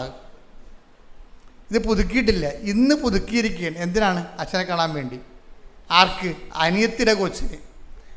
അനിയത്തിയുടെ കൊച്ചിന് എന്തോ കുഴപ്പമുണ്ടായി, വണ്ടി ഇടിക്കാനൊക്കെ ചെയ്തപ്പോൾ ഈ വീട്ടിലിരിക്കുന്ന ഉടമ്പടിയും പൊക്കിക്കൊണ്ട് വന്നിരിക്കുകയാണ്. അത് അപ്പം പുതുക്കിയിരിക്കുകയാണ്. അപ്പം ഇതൊന്നും ഉടമ്പടി വർക്ക് ചെയ്യുന്നതല്ല. ദൈവത്തിനെ പറ്റിച്ച് അനുഗ്രഹം അടിച്ചു മാറ്റാൻ വേണ്ടി നിങ്ങൾ ചെയ്യുമ്പോൾ നിങ്ങൾ അളക്കുന്ന കർത്താവ് എന്താ പറഞ്ഞത്? അതാണ് പ്രശ്നം. അതും പ്രശ്നം. അച്ഛൻ അങ്ങനെ പറഞ്ഞു, അച്ഛൻ ഇങ്ങനെ പറഞ്ഞിട്ട് കാര്യമില്ല. ഈശോ പറഞ്ഞ കാര്യമാണ് ഞാൻ പറയണത്. നിങ്ങൾ അളക്കുന്ന അളവുകോൽ കൊണ്ട് തന്നെ നിങ്ങൾക്കും സിമ്പിളല്ലേ അത്? ബൈബിളിൻ്റെ ഇക്കോണമി അതാണ്. അപ്പം അതുകൊണ്ടാണ് ഞാൻ പറയുന്നത്, നിങ്ങൾ എപ്പോഴും ഉടമ്പടി ഒന്ന് പ്രാർത്ഥിച്ചേ. കർത്താവ് ദൈവമേ, ആത്മാർത്ഥതയോടെ ഉടമ്പടി ജീവിക്കുവാൻ എന്നെ സഹായിക്കണമേ. എനിക്ക് പ്രത്യേക അഭിഷേകം നൽകണമേ. ഹല്ലേലൂയ. കുരിശ് വരച്ച് പറഞ്ഞ് എടോ, താനും മക്കളും ഭർത്താവുമായിട്ട് ഈ കൊല്ലം തന്നെ വേറെ രാജ്യത്തേക്ക് പോകാൻ മാതാവ് ഇടയാക്കുമെന്ന് പറയും. അപ്പോൾ ഈ പ്രിൻസി പറയും, എൻ്റെ ജിൻസി എനിക്കിതിലൊന്നും വലിയ വിശ്വാസമില്ല. എന്താ കാര്യം? അവർ അത് ശരിയാണ്, അവിടെ ജീവിതം അങ്ങനെയാണല്ല. ദൈവത്തിന് ഈ അടുത്ത 10 കൊല്ലത്തേക്ക് തിരിഞ്ഞു നോക്കാൻ പറ്റാത്ത ജീവിതമാണ് ജീവിച്ചു കൊണ്ടിരിക്കുന്നത്. ജീവിതത്തിൻ്റെ അവസ്ഥയാണ് അത്. അവർ പറഞ്ഞത് ശരിയാണ്. എൻ്റെ ജിൻസി എനിക്കിതിലൊന്നും വിശ്വസിക്കാൻ പറ്റണില്ല. കാര്യം വിശ്വസിക്കാൻ പറ്റത്തില്ല. അവർ വൃത്തികെട്ട ജീവിതം ജീവിച്ച് വിശ്വാസം അവിടെ പോയി. അതാ നമ്മുടെ ജീവിതം. വിശുദ്ധിയും വിശ്വാസവും ജീവിതവും തമ്മിൽ ഭയങ്കര വ്യത്യാസമുണ്ട്, ഭയങ്കര ബന്ധമുണ്ട്. അപ്പം നിങ്ങൾ വിശ്വാസം മതി, വിശുദ്ധി വേണ്ടെന്നല്ല പറയണത്. വിശ്വാസം എന്തിലാണ് വിശ്വസിക്കണത്? നമ്മൾ കർത്താവിൻ്റെ വചനത്തിലാണ് വിശ്വസിക്കുന്നത്. ആ വചനത്തിനുള്ള പ്രശ്നം എന്താണ്? ഞാൻ നിങ്ങളോട് പറഞ്ഞിട്ടുള്ള വചനം നിമിത്തം നിങ്ങൾ വിശുദ്ധിയുള്ളവരായിരിക്കുന്ന ആ വചനത്തിലാണ് നമ്മൾ വിശ്വസിക്കണത്. വിശ്വാസം എവിടുന്നാണ് വേണ്ടത്? കേൾവി എന്നല്ലേ? കേൾവി എന്ന് എവിടുന്നാണ് വേണ്ടത്? യേശുക്രിസ്തുവിൻ്റെ. നമ്മളൊരു 10-17 എടുത്ത് ശ്രദ്ധിക്കട്ടെ. ഹല്ലേലൂയ. റോമ 10:17. വിശ്വാസം കേൾവിയിൽ വേണ്ട. വിശ്വാസം എന്ന് പറഞ്ഞാൽ എന്താണ്? കേൾവി നിന്ന്. കേൾവി ക്രിസ്തുവിനെ പറ്റിയുള്ള പ്രസംഗത്തിൽ നിന്നുമാണ്. അതൊക്കെ കൃത്യമല്ല. വിശ്വാസം എവിടെ നിന്ന് വരുന്നു? വിശ്വാസം റോമ 10:17. വിശ്വാസം എവിടെ നിന്ന് വരുന്നു? വിശ്വാസം കേൾവിയിൽ നിന്ന്. കേൾവി എന്തിനെക്കുറിച്ചാണ്? ക്രിസ്തുവിനെക്കുറിച്ചുള്ള പ്രസംഗത്തിൽ നിന്ന്. അതാണ് ഈ കേട്ടുകൊണ്ടിരിക്കുന്നത് നിങ്ങളെ. ക്രിസ്തുവിനെക്കുറിച്ചുള്ള വചനങ്ങളിൽ നിന്നാണ്. അപ്പോൾ വിശ്വാസം തന്നെ എവിടെ നിന്നാണ്? വചനത്തിൽ നിന്നാണ് വരണത്. പറഞ്ഞ മനസ്സിലായില്ലേ? വിശ്വാസം എവിടെ നിന്ന് നമുക്ക് വരണത്? വചനത്തിൽ നിന്നാണ് വരണത്. വചനത്തിൻ്റെ പ്രശ്നം എന്താണ്? വചനത്തിന് 2-3 ഗുണങ്ങളാണുള്ളത്. ഒന്നെന്താണ്? വചനം രക്ഷയിലേക്ക് നയിക്കുന്ന ദൈവത്തിൻ്റെ ശക്തിയാണ്. റോമ 1:16 എടുത്ത് സുവിശേഷത്തെ പറ്റി പറഞ്ഞ സുവിശേഷത്തെ പറ്റി ഞാൻ ലജ്ജിക്കുന്നില്ല. എന്തെന്നാൽ വിശ്വസിക്കുന്ന ഏവർക്കും ആദ്യം യഹൂദർക്കും പിന്നീട് ഗ്രീക്കുകാർക്കും അത് രക്ഷയിലേക്ക് നയിക്കുന്ന ദൈവശക്തിയാണ്. അപ്പൊ സുവിശേഷം എന്ന് പറയണത്, വചനം എന്ന് പറയണത് എന്താണ്? അത് രക്ഷയിലേക്ക് നയിക്കുന്ന. രക്ഷ എന്ന് പറഞ്ഞാൽ എന്താണ്? ക്രിസ്തുവാണ്. ലൂക്ക 2:30 എടുത്ത്. ലൂക്ക 2:30-31. എന്തെന്നാൽ സകല ജനതകൾക്കും വേണ്ടി അവിടുന്ന് ഒരുക്കിയിരിക്കുന്ന രക്ഷ എന്റെ കണ്ണുകൾ കണ്ടു കഴിഞ്ഞു.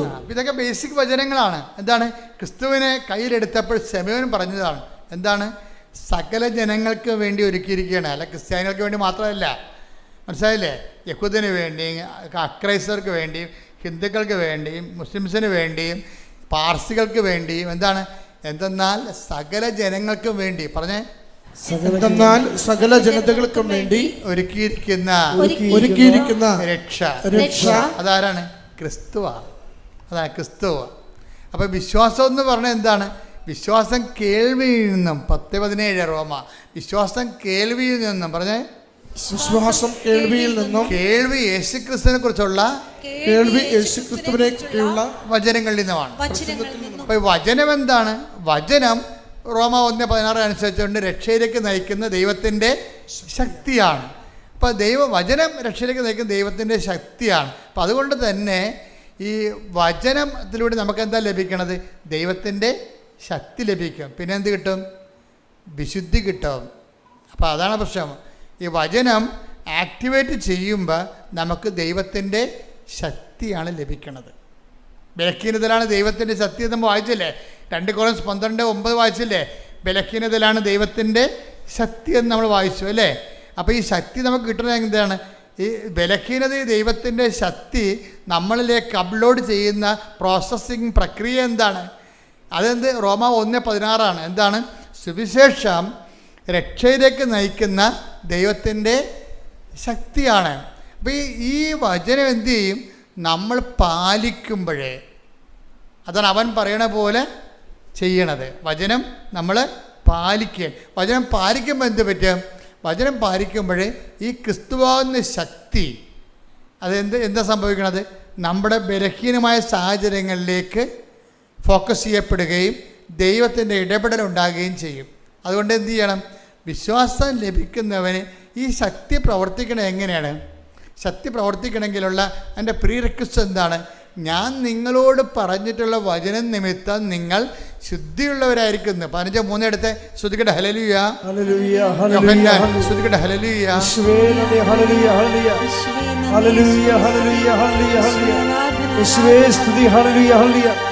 യോഹന്നാൻ 15:3 ഞാൻ നിങ്ങളോട് പറഞ്ഞ വചനം നിമിത്തം നിങ്ങൾ ശുദ്ധിയുള്ളവരായിരിക്കുന്നു. അതാണ്. അപ്പോൾ വചനത്തിൻ്റെ പ്രശ്നം വെച്ചാൽ വചനത്തിന് ആദ്യം എന്താ വേണ്ടത്? ആദ്യം നമുക്ക് വചനം കേൾക്കുമ്പോൾ ഉടനെ അടയാളങ്ങൾ ഉണ്ടാകത്തില്ല. ശക്തി പ്രവർത്തിക്കണ മുമ്പ് നമ്മൾ എന്ത് ചെയ്യണം? വചനം നിമിത്തം നിങ്ങൾ ശുദ്ധിയുള്ളവരാകണം. അപ്പോൾ വചനം ആക്ടിവേറ്റ് ചെയ്യുമ്പോഴാണ് നമുക്ക് വിശുദ്ധി ഉണ്ടാകണത്. അപ്പോൾ വിശുദ്ധി ഇല്ലാതെ ദൈവത്തെ പ്രസാദിപ്പിക്കുക സാധ്യമല്ല. വിശുദ്ധി ഇല്ലാതെ ദൈവത്തെ പ്രസാദിപ്പിക്കുക സാധ്യമല്ല. ശ്രുതിക്കട്ടെ ഹല്ലേലൂയ.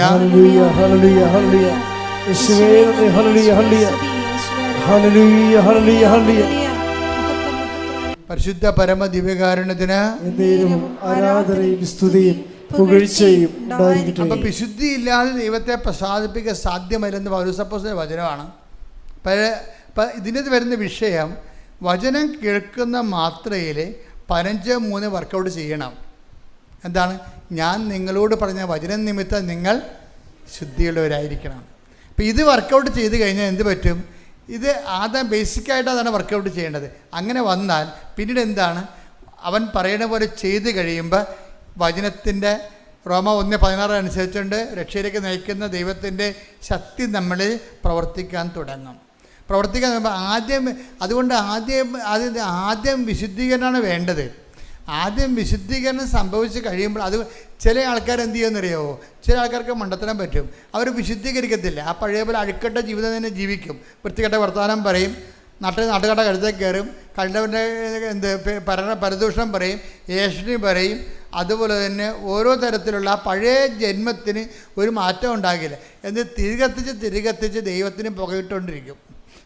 കൊപ്രയൊക്കെ പുകയിടണമെന്ന് പറഞ്ഞ പോലെ തിരികെ ഇവർക്ക് മാറ്റമൊന്നും ഉണ്ടാകത്തില്ല. ഇവരാ പഴയ പിടുത്ത് കൂതറ ജന്മമായിരിക്കും സാധനം. എന്ന് വെച്ച് കഴിഞ്ഞാൽ നാട്ടുകാരുടെ കരുത്തേക്ക് കയറും, എല്ലാവരുടെയും കുറ്റം പറയും, എവിടെ നോക്കിയാലും നെഗറ്റീവേ പറയത്തുള്ളൂ. ഇങ്ങനെ ആ പഴയ ജന്മം തന്നെയായിരിക്കും. എപ്പോഴും നമ്മൾ ശ്രദ്ധിക്കേണ്ടത്, അതായത് പഴയ ജന്മത്തിൻ്റെ ഭാഗമായിട്ടാണ് ഈ തകർച്ച വന്നിരിക്കുന്നത്. ഇപ്പം നമുക്ക് തകർച്ച വരാൻ കാര്യം എന്താണ്? നമ്മുടെ ജന്മം ഇതുപോലെ പാഴ്ജന്മം ആയതുകൊണ്ട്, പാപത്തിൻ്റെ ജന്മം ആയതുകൊണ്ട് അവർക്ക് അതിനെക്കുറിച്ച് അനുതാപവും ഇല്ല. അവരാ പഴയ വൈകൃത ജീവിതം തന്നെ ജീവിച്ചു തീർക്കണ കാരണം അവർക്ക് അതിനെക്കുറിച്ച് തകർച്ച എന്താണ് ക്ഷണിച്ചു വരുത്തുന്നതാണ്. അതുകൊണ്ട് ബൈബിൾ എന്താ പറയുന്നത് അറിയാവുക? നിങ്ങൾ എങ്ങനെയാണ് വീണതെന്ന് നോക്കാൻ പറയും. ബൈബിൾ അതാണ് പറയണത്. നിങ്ങൾക്കിപ്പോൾ തകർച്ച എന്ന് പറഞ്ഞിങ്ങനെ വായും പൊളിച്ചപ്പോഴും പറഞ്ഞുകൊണ്ടിരിക്കേണ്ട. അങ്ങനെ സംഭവിച്ചു, ഇങ്ങനെ സംഭവിച്ചു, മകൻ്റെ ജോലി പോയി, അവനെ കഞ്ചാവ് പിടിച്ച്, ഭർത്താവ് വേറെ പെണ്ണുങ്ങളടുത്ത് പോയി, ഇങ്ങനെ കണാകുണായം പറഞ്ഞുകൊണ്ട് നടക്കേണ്ട കാര്യമില്ല. നിങ്ങൾ എങ്ങനെ വീണെന്ന് നോക്കാൻ പറയും. മകനെ കഞ്ചാവ് പിടിച്ചതെന്ന് പറഞ്ഞ കാര്യം, അയ്യോ അവന് പച്ചക്കും ഇല്ലയെന്ന് വെച്ചാൽ പഴുത്തതിനും ഇല്ലയെന്ന് വെച്ചാൽ അവൻ്റെ കൂട്ടുകാരൻ കൊടുത്താൽ പൊതിയായിരുന്നു, അവനെ അറിയാൻ പോലെ അഞ്ഞ കൂട്ടുകാരനെ വിശ്വസിച്ച് അവസാനം പോലീസ് പിടിച്ചതൊക്കെ പറയും. ഇങ്ങനെ പറയാവുന്നല്ലാതെ കഥയില്ല. ബൈബിൾ എന്താ പറയണത്? ഇങ്ങനെ ഒരു പാട്ടൊന്നും പറയണ്ട, മറിച്ച് എന്ത് ചെയ്യണം? എങ്ങനെ നിങ്ങൾ വെളിപ്പാട് 2:5 എടുത്ത് ശ്രുതിക്കട്ടെ ഹല്ലേലൂയ.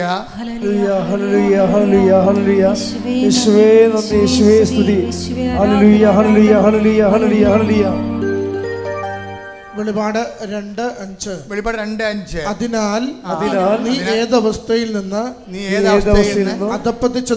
അധപ്പതിച്ചുവെന്ന് ചിന്തിക്കുക. ഇതാണ് പ്രശ്നം. അതായത് ഇത് വർക്കൗട്ട് ചെയ്യണമെങ്കിൽ ആദ്യം പറയണമെങ്കിൽ പാട്ടൊക്കെ പാടാതെ ആദ്യം ചെയ്യേണ്ടത് നിങ്ങൾ എവിടെയാണ് ഫോളായെന്ന് നോക്കണം. ഫാളിങ് എവിടെ സംഭവം, എവിടെയാണ് വീണെന്ന് നോക്കണം. ഏതവസ്ഥയിൽ നിന്നാണ് അതപ്പച്ചതെന്ന് നോക്കണം. അതുകൊണ്ട് ഈശോ ആ നിലപാടിന്, അത് ഈശോയുടെ നിലപാടാണ്. ബൈബിൾ തുന്നിക്കെട്ടുമ്പോൾ അവസാനമായിട്ട് വെളിപാട് അവസാനിക്കാൻ പോകുമ്പോൾ ലാസ്റ്റ് പറയുന്ന വാക്കുകളാണ്. എന്താണ്?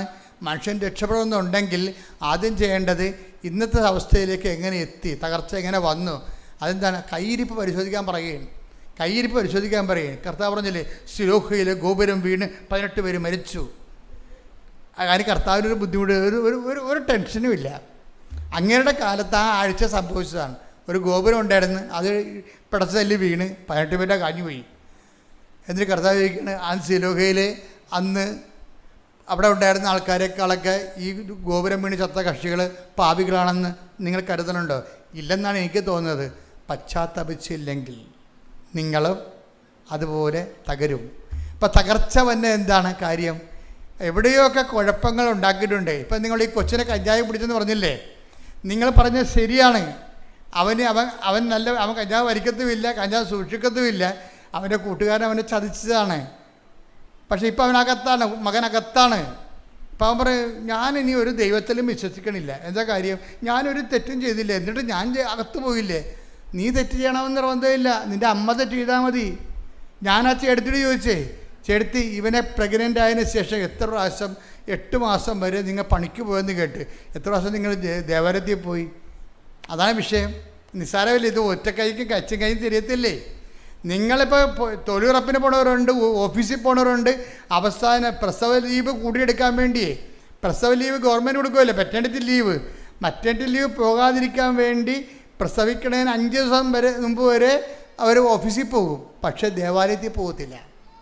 അതാണ് വിഷയം. കർത്താവിന്, അതായത് എപ്പോഴും നമ്മൾ ശ്രദ്ധിക്കണം, ദൈവത്തിന് കൊടുക്കേണ്ടത് ദൈവത്തിന് കൊടുക്കണം. നിങ്ങളുടെ പ്രസവ ലീവ് കൂട്ടിയെടുക്കാൻ വേണ്ടിയാണ് നിങ്ങൾ അന്ത്യനിമിഷം വരെ പ്രസവിക്കുന്നതിന് 3 ദിവസം മുമ്പ് വരെ നിങ്ങൾ ഓഫീസിൽ പോകും. പക്ഷേ അതേസമയം തന്നെ ദൈവികമായ കാര്യങ്ങൾക്ക് ഈ മകനെ പ്രസവിക്കുന്ന സമയത്ത് നിങ്ങളുടെ ദൈവമായിട്ടുള്ള നിങ്ങളുടെ ബന്ധം എന്തായിരുന്നു? ദൈവികമായൊരു കൃപയിലാണോ നിങ്ങൾ ഇവനെ പ്രസവിച്ചതെങ്കിൽ ഇവനിങ്ങനെ പിടിക്കേണ്ട കാര്യമില്ല. എന്താ കാര്യം? ദൈവം പ്രൊട്ടക്റ്റ് ചെയ്യും. അതാണ് സ്മിർനയിലെ സഭ ചോദിക്കുന്നത്. നിങ്ങൾ എങ്ങനെ ഏതവസ്ഥയിൽ നിന്ന് നിബന്ധിച്ചുവെന്ന് നോക്കുക. ഒറ്റ കൈക്ക് തീരത്തില്ല കേട്ടോ. അതായത് ആദ്യം വിശുദ്ധീകരണം, പിന്നെ ശക്തീകരണം. അതാണ് ദൈവത്തിൻ്റെ ഒരു ആക്ഷൻ്റെ രീതി. അതാണ് നിങ്ങൾ പറഞ്ഞത്. എന്താണ്? ആദ്യം ശക്തീകരണം, പിന്നെ ഞാൻ വിശുദ്ധീകരിച്ചോളാം. നടക്കത്തില്ല. ഇത് കറക്റ്റ് ചെയ്യണം. ഞാൻ നിങ്ങളെ കുറ്റപ്പെടുത്തുകയല്ല. എൻ്റെ മക്കളെല്ലാവരും കാര്യം ഉടമ്പടി 10 പേര് ചെയ്താൽ 10 പേരും വലിയ രക്ഷ. കാര്യം ഉടമ്പടി പെർഫെക്റ്റ് ഫോർമുലയാണ്, അതിന് തെറ്റില്ല, അത് കറക്റ്റാണ്, പ്രൂവൺ ഫാക്റ്റാണത്. പക്ഷേ ചില ആൾക്കാർ അത് ചെയ്ത് തെറ്റിക്കണുണ്ട്. ആദ്യം എന്താണ്? ആദ്യം വിശുദ്ധീകരണം, പിന്നെ എന്ത് ചെയ്യണം? പിന്നെയാണ്, അതാണ് ഈശോ പറഞ്ഞത്, ഞാൻ വിശുദ്ധീകരണത്തിന് എന്ത് ചെയ്യണം? ഒന്നും ചെയ്യണ്ട, കർത്താവിൻ്റെ വചനം അനുസരിച്ച് ജീവിച്ചാൽ മതി, വേറെ ഒന്നും ചെയ്യണ്ട. അതായത് കർത്താവിൻ്റെ വചനത്തിൽ എങ്ങനെയാണ്, എന്താണ് എഴുതിയിരിക്കുന്നത്, അതനുസരിച്ച് ജീവിച്ചാൽ മതി. അതാണ് ഈശോ പറഞ്ഞത് 15:3 ഞാൻ നിങ്ങളോട് പറഞ്ഞ വചനം നിമിത്തം നിങ്ങൾ വിശുദ്ധീകരിച്ചിരിക്കുന്നു. കർത്താവിൻ്റെ വചനത്തിൽ എന്താ പറയണത്? കൊല്ലരുത്. അപ്പോൾ അബോർഷൻ അവിടെ വെച്ച് തന്നെ തീരുമാനമായി. അബോർഷനെ കുറിച്ച് അവിടെ തീരുമാനമായി. നിങ്ങൾക്ക് അബോർഷൻ ചെയ്യാൻ അനുവാദമില്ല. നിങ്ങൾ എന്ത് ഉദ്ദേശത്തിലാണ് അബോർഷൻ ചെയ്തത്? അപ്പോൾ ആ രീതിയിൽ നിങ്ങൾ 2 അബോർഷൻ ചെയ്തിട്ട് 3ാമത്തെ കൊച്ചിനാണ് ഇപ്പോൾ കഞ്ചാവ് പിടിച്ചിരിക്കുന്നത്. 2 അബോർഷൻ ഗർഭപാത്രം കൊലക്കലമാക്കിയതിന് ശേഷമാണ് 3ാമത്തെ കൊച്ച് ജനിച്ച്. നിങ്ങളുടെ സൗകര്യത്തിൽ നിങ്ങളെ പ്രത്യേകിച്ച് 2ാമത്തെ കൊച്ചിനെ പെട്ടെന്ന് ജനിച്ച് പ്രഗ്നൻ്റ് ആയത് കാരണം പാൽ കൊടുക്കണമല്ല, ഷേപ്പ് പോകുമല്ല എന്നൊക്കെ പറഞ്ഞ് നിങ്ങളെക്കുറിച്ച് ചിന്തിച്ച കാരണം എന്നാ പറ്റിയെന്ന് വെച്ച് കഴിഞ്ഞാൽ നിങ്ങളുടെ സൗകര്യത്തിലേക്ക് മാറ്റിവെച്ചത് തെറ്റാണെന്നല്ല ഞാൻ പറയണത്. പക്ഷേ നിങ്ങളുടെ സൗന്ദര്യത്തിൻ്റെ വിഷയത്തിലോ സൗകര്യത്തിൻ്റെ വിഷയത്തിലോ ആണ് ദൈവികമായ പദ്ധതി മാറ്റിവെച്ചതെങ്കിൽ സ്വാഭാവികമായിട്ടും ആ ദൈവികമായ പദ്ധതിയല്ല. ദൈവഭയമില്ലെന്ന് എൻ്റെ അർത്ഥം. ദൈവഭയമില്ല. അത് എനിക്കിഷ്ടമുള്ളപ്പോൾ ഞാൻ ചെയ്യും. അതിപ്പോൾ ദൈവത്തെ അറിയാത്ത ആൾക്കാർ അങ്ങനെയല്ലേ ചെയ്യണത്. അതുപോലെ ദൈവത്തെ അറിഞ്ഞ ആൾക്കാരും ചെയ്ത് കഴിഞ്ഞാൽ എന്തെങ്ങനെ ചെയ്യണത്? അത് എപ്പോഴും എന്തുകൊണ്ടാണ് കൽപ്പനകൾ വരണത്? ഒരു കൽപ്പന എന്തുകൊണ്ടാണ് വരണത്? അപ്പോൾ ഇപ്പോൾ നമ്മൾ ഇപ്പോൾ ഞാനിപ്പോൾ കഴിഞ്ഞ ദിവസം തൃശ്ശൂർ പോയപ്പോൾ തന്നെ എനിക്ക് മുമ്പേ പോയ അണ്ണന്മാർ വേറെ വഴി എടുത്തു പോയി. ഞാനുണ്ട് ചെന്ന് ബ്ലോക്കിൽ പെട്ട്. കാരണം ഞാൻ ഉറക്കമായിരുന്നു. വണ്ടിയിൽ ഡ്രൈവർ അടിച്ച് വിട്ടു പോയി, ചെന്ന് ബ്ലോക്കിൽ പെട്ട്. ബ്ലോക്കിൽ എത്ര മണിക്കൂർ? 2.5 മണിക്കൂർ, 2 മണിക്കൂർ ബ്ലോക്കിൽ കിടന്നു. ഞങ്ങളൊരു ഒപ്പം കൊച്ചിയിൽ നിന്ന് യാത്ര ചെയ്ത ആൾക്കാർ ഞങ്ങളെക്കാൾ 1.5 മണിക്കൂർ നേരത്തെ അവിടെ എത്തി. ഞാൻ ചോദിച്ചത് നിങ്ങളെങ്ങനെ എത്തി? ഞങ്ങൾ ഗൂഗിൾ അടിച്ച് നോക്കിയപ്പോൾ അവിടെ ബ്ലോക്ക് ഉണ്ടെന്ന് മനസ്സിലായെന്ന്. ഞങ്ങൾ ഗൂഗിൾ അടിച്ച് നോക്കിയപ്പോൾ ഗൂഗിൾ മുഴുവനും ചുവപ്പ് പോരാ, എത്ര 18 കിലോമീറ്റർ ബ്ലോക്ക് എന്ന് ഗൂഗിൾ കാണിച്ച്. ഇപ്പം ഞങ്ങൾ അന്നത്തെ വേറെ വഴി അതായത് ഗൂഗിൾ ഞങ്ങൾക്ക് വേറെ വഴി പറഞ്ഞു തന്നു. ഇത് തന്നെയാണ് ദൈവകൽപ്പന എന്ന് പറയണത്. ദൈവകൽപ്പന, ഞാൻ കൽപ്പന അറിയാൻ പാടില്ലായിരുന്നു. ഞങ്ങൾ ഗൂഗിൾ നോക്കിയില്ല, ഞങ്ങൾ ബ്ലോക്കിൽ പെട്ട്. ഗൂഗിൾ നോക്കിയ ആൾക്കാർ വേറെ വഴിക്ക് തിരിച്ചു പോയി. അപ്പം കൽപ്പന എന്ന് പറയുന്നത് നമ്മളെ സഹായിക്കാൻ വേണ്ടി വെച്ചിരിക്കുന്നതാണ്, അല്ല നമുക്കിവിടെ പണി തരാൻ പറ്റിയിരിക്കുന്നതല്ല. അപ്പം അതുകൊണ്ട് നമ്മളെ സംബന്ധിച്ചോളം ലൈഫ് കുറച്ചുകൂടി ദൈവത്തിന് ഏത് സമയത്ത് നിങ്ങളുടെ ജീവിതത്തിൽ ഇടപെടാൻ പറ്റുന്ന രീതിയിൽ ആണ്. ഭയങ്കര ദൈവസ്നേഹം. നമ്മളെ കൽപ്പനകളെക്കുറിച്ച് കറക്റ്റായിട്ട് ചോദിച്ചാൽ എന്തൊരു അത് കൽപ്പന കേൾക്കുന്നതും ദൈവത്തിൻ്റെ വചനം കേൾക്കുന്നതും ദൈവത്തിൻ്റെ വചനം പാലിക്കണതുണ്ടല്ലോ മക്കളെ, ഭയങ്കര നിസ്സാരമാണ്. ദൈവത്തിൻ്റെ വചനം പാലിക്കാതെ ഒന്നാമത്തേൽ ഹാർഡായിട്ടുള്ള വചനങ്ങൾ പാലിക്കാൻ വേണ്ടി നമുക്ക് അങ്ങനെയുള്ള സാഹചര്യം പോലും ദൈവം ഉണ്ടാക്കത്തില്ല. അത് ഉണ്ടാക്കാതിരിക്കാൻ വേണ്ടിയാണ് ഞങ്ങളെ പ്രലോഭനത്തിൽ ഉൾപ്പെടുത്തരുത് എന്ന് പ്രാർത്ഥനയിൽ കണ്ടൻറ്റ് വൈസ് വെച്ചിരിക്കണത്. കർത്താവ് ഒരു കണ്ടൻറ്റ് വെച്ചിട്ടില്ല. എന്താണ്? ഞങ്ങളെ അത് ചില ആൾക്കാർ ഞങ്ങളെ പ്രലോഭനത്തിൽ ഉൾപ്പെടുത്തരുത് ഇങ്ങനെയല്ലേ, ഇങ്ങനെ ചെല്ലിയെങ്കിൽ ശരിയാണ്. ഞങ്ങളെ പ്രലോഭനത്തിൽ ഉൾപ്പെടുത്തരുത് എന്ന് പറഞ്ഞാൽ അത് നമ്മൾ മീൻ ചെയ്യണം. കർത്താവെ, നിൻ്റെ നിന്ന് അകന്നു പോകുന്ന ഒരു കച്ചവടത്തിനും എൻ്റെ തല കൊണ്ട് വെച്ച് കൊടുത്തേക്കരുത്. ഐ കാൻ ബെയർ ഇറ്റ് എന്ന് പറയണം. അങ്ങനെ സത്യസന്ധമായിട്ട് ദൈവത്തോട് പറഞ്ഞാൽ ഇങ്ങനെയുള്ള അലവാത്തരങ്ങളിൽ നമ്മളെ ദൈവം രക്ഷിക്കും. അപ്പോൾ ആ ചേടത്തി എന്ന് പറഞ്ഞത് 12 കൊല്ലം, അപ്പോൾ ഈ 10-20 കൊല്ലമല്ലേ കല്യാണം കഴിക്കാതെ കുദാസ് ചെയ്യാതെ ജീവിച്ചതെന്ന് പറയണത്. അപ്പം അതുകൊണ്ടാണ് അവർ പറയണത് കുദാസ് ചെയ്യാതെ ഇങ്ങനെ കുഞ്ഞുങ്ങളായിട്ട് ജീവിക്കുകയല്ലേ. അതാണ് പറയണത്. എനിക്ക് വിശ്വാസമൊന്നുമില്ല. വിശ്വാസം പോയി അവരുടെ വിശുദ്ധി പോണ സ്ഥലത്ത് വെച്ച് വിശ്വാസം പോകും. എൻ്റെ ഡൗട്ട് എന്താണ്? നിങ്ങൾക്ക് വിശ്വാസം ഉണ്ടെന്ന് പറഞ്ഞത് വിശ്വാസം ഇങ്ങനെ ഉണ്ടാക്കിയെടുക്കണമല്ലത്, ദൈവത്തിൻ്റെ ദാനമാണത്. പരിശുദ്ധാത്മാവിൻ്റെ ദാനമല്ല വിശ്വാസം. അല്ല നമ്മുടെ ലോകത്തിലുണ്ടാകുന്ന ജ്ഞാനങ്ങളെ പോലെ അമേരിക്ക അവിടെ ഉണ്ടെന്ന് വിശ്വസിക്കുന്നതാണോ? അതൊന്നുമല്ല. വിശ്വാസം ദൈവത്തിലുള്ള എല്ലാ കാര്യങ്ങളും, ദൈവികമായ നടപടിക്രമങ്ങൾ, ജീവിതത്തിൽ സംഭവിക്കുന്ന ഓരോ വിഷയങ്ങൾക്കും ദൈവത്തിൻ്റെ പാദസ്വനങ്ങളുണ്ടെന്ന് മനസ്സിലാക്കുന്നതിനുള്ള പരിശുദ്ധാത്മാവ് നോക്കുന്ന വിവേചന ശക്തിയാണ് വിശ്വാസം. അപ്പം ആ വിശ്വാസം എന്ന് പറഞ്ഞാൽ ദൈവദാനം തന്നെയാണ്. വിശുദ്ധി പോയാൽ വിശ്വാസം കുറയും. പക്ഷേ അപ്പോൾ എന്താ വേറെ ഒരു ഗുണം ചെയ്ത്? അപ്പോഴേ ഇവിടെ എന്താ സംഭവിച്ചിരിക്കണത്? ഇവർക്ക് വിശ്വാസമില്ലെങ്കിലും നമ്മൾക്ക് ഈ പ്രിൻസിക്കാണ് വിശ്വാസം ഇല്ലെന്ന് പറയണത്. പക്ഷേ ആർക്കാണ് വിശ്വാസം ഉള്ളത്? ജിൻസിക്ക് വിശ്വാസമുണ്ട്. അവൾ പറയണേ എൻ്റെ വിശ്വാസത്തിലാണ് ഇത് വർക്കൗട്ട് ചെയ്തിരിക്കണമെന്ന് പറയും. നിങ്ങൾ ഈ വർഷം കയറിപ്പോകുമെന്ന് പറയും. അത് അവരുടെ വിശ്വാസത്തിലല്ല. ആരാണ്? ചെയ്ത് കൊടുത്തവൻ്റെ, അവിടെ നെറ്റിക്ക് കുരിശിട്ടവൻ്റെ കിട്ടവളുടെ വിശ്വാസത്തിൻ്റെ അടിസ്ഥാനത്തിലാണ് ഗ്യാരണ്ടി ചെയ്യണത്. അന്ന് രാത്രി ഒരു സംഭവം നടക്കും. അന്ന് രാത്രി ഈ പ്രിൻസിയുടെ നെറ്റിയിൽ കുരിശിട്ട ദിവസം രാത്രി ഒരു സംഭവം നടക്കും. ഒരു ചേടത്തി വരും ബെഡ്റൂമിലേക്ക് രാത്രി, ദർശനത്തിലാണ്. അവർ ജുമ്മ വന്ന് കയറി ഇറങ്ങിപ്പോകും. കുറച്ച് കഴിയുമ്പോൾ അവിടെ മരിച്ചുപോയ അവിടെ അമ്മായിയപ്പൻ ഇവളുമായിട്ട് കൊണ്ട വൈരാഗ്യമായിരുന്നു. അവളുടെ ആ വൈരാഗ്യം ഇപ്പോഴും ഇവളുടെ മനസ്സിലുണ്ട്. പക്ഷെ ആ മനുഷ്യൻ സ്വപ്നത്തിൽ വരും. ഞാൻ പറയും, പ്രിൻസി എല്ലാം ശരിയാകും. അപ്പോഴും മനസ്സിലായി. ഇതുടനെ ജിൻസിനെ വിളിച്ച് ഇവൾക്കാണെങ്കിൽ വല്ലാത്ത രീതിയിൽ ഷിവർ ചെയ്യാൻ തുടങ്ങി ഈ കാഴ്ചയോടുകൂടി. ഭയങ്കര ഭീതിപ്പെടും. അതായത് സന്തോഷകരമായ സുഗതമായ എന്നാൽ ദൈവ സാന്നിധ്യത്തിൻ്റെ ഭീതിതമായ ഒരു കാഴ്ചയാണ്. ഒരു സ്ത്രീ വന്ന് ഇറങ്ങിപ്പോകുന്നു. അത് പോയ സെക്കൻഡുകൾക്കുള്ളിൽ മരിച്ചുപോയ അമ്മായിയപ്പൻ സ്വപ്നത്തിൽ വന്നിട്ട് പറയും, പ്രിൻസി എല്ലാം ശരിയാകും. ഇത് പറയണ കൂടി ഇവർക്ക് വല്ലാത്തൊരു കോൺഫിഡൻസ് വരും. ഇവർ തിരിച്ച് വിളിക്കും. രാവിലെ എഴുന്നേറ്റ് ജിൻസിയെ വിളിക്കും. ജിൻസി, ഇന്നലെ രാത്രി ഇങ്ങനെ ഒരു സംഭവം ഉണ്ടായി. അപ്പോൾ പറഞ്ഞു, ഒന്നും നോക്കണ്ട, അത് മാതാവാണെന്ന് പറയും. ഒന്നും നോക്കണ്ട, അത് മാതാവാണെന്ന് പറയും. ഇനിയിപ്പോൾ കുഴപ്പമില്ല, പെട്ടെന്ന് ആപ്ലിക്കേഷൻ പുട്ടപ്പ് ചെയ്യാൻ പറയും. ന്യൂസിലൻഡിലേക്ക് ആപ്ലിക്കേഷൻ പുട്ടപ്പ് ചെയ്യാൻ പറയും. അപ്പോഴുടനെ ഇവർക്ക് പേടി, പരീക്ഷ ജയിക്കുകയോ ഇല്ലയെന്ന്. പരീക്ഷയ്ക്ക് അമ്മ ജയിപ്പിച്ചിരിക്കും. എന്താണ്? സഞ്ചാരി മാതാവാണ്. നിൻ്റെ 39 വയസ്സ് 40 വയസ്സൊന്നുമല്ല. അമ്മ ഫയലെടുത്ത് പച്ചമണിക്ക് ഒപ്പിട്ട് കഴിഞ്ഞാൽ അവൻ പറയണ പോലെ ചെയ്താൽ കണ്ട് നമ്മൾ മുന്നോട്ട് പോകും. എല്ലാ സ്ഥലങ്ങളിലും പച്ചടിച്ച് പോകും. എന്താ കാര്യം? ആൾ ഓൺലൈനിൽ നിൽക്കുകയല്ലേ. അവൾ പരീക്ഷ എഴുതി, ഒരിക്കലും ചിന്തിക്കാത്ത വിധത്തിൽ അവൾ പരീക്ഷ ജയിച്ച്.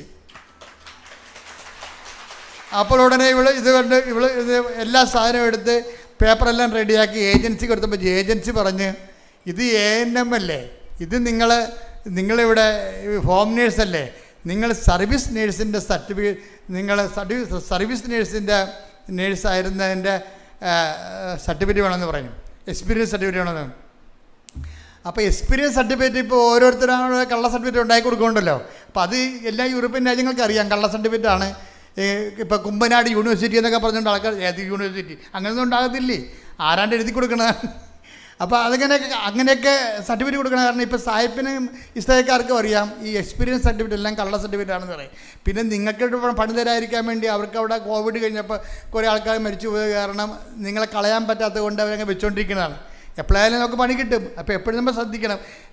അതായത് അതുകൊണ്ട് തന്നെ ഇപ്പോൾ അവരെന്നാ ചോദിച്ചിരിക്കണമെന്ന് അറിയാം, ഇവരോട് പ്രിൻസിയോട് ചോദിച്ചിരിക്കണത്, അവർ പറഞ്ഞു നിങ്ങൾ ബാങ്കിൽ നിന്ന് സാലറി മാറിയ ബാങ്കുകാരുടെ സ്റ്റേറ്റ്മെൻറ്റ് തരാൻ പറയും. അപ്പോഴേ അതിലെ പ്രശ്നം സർവീസ് ബാങ്കിൽ നിന്ന് സാലറി മാറി എടുത്തിട്ടുള്ള ബാങ്കുകാരുടെ സർട്ടിഫിക്കറ്റ് തരാൻ പറയും.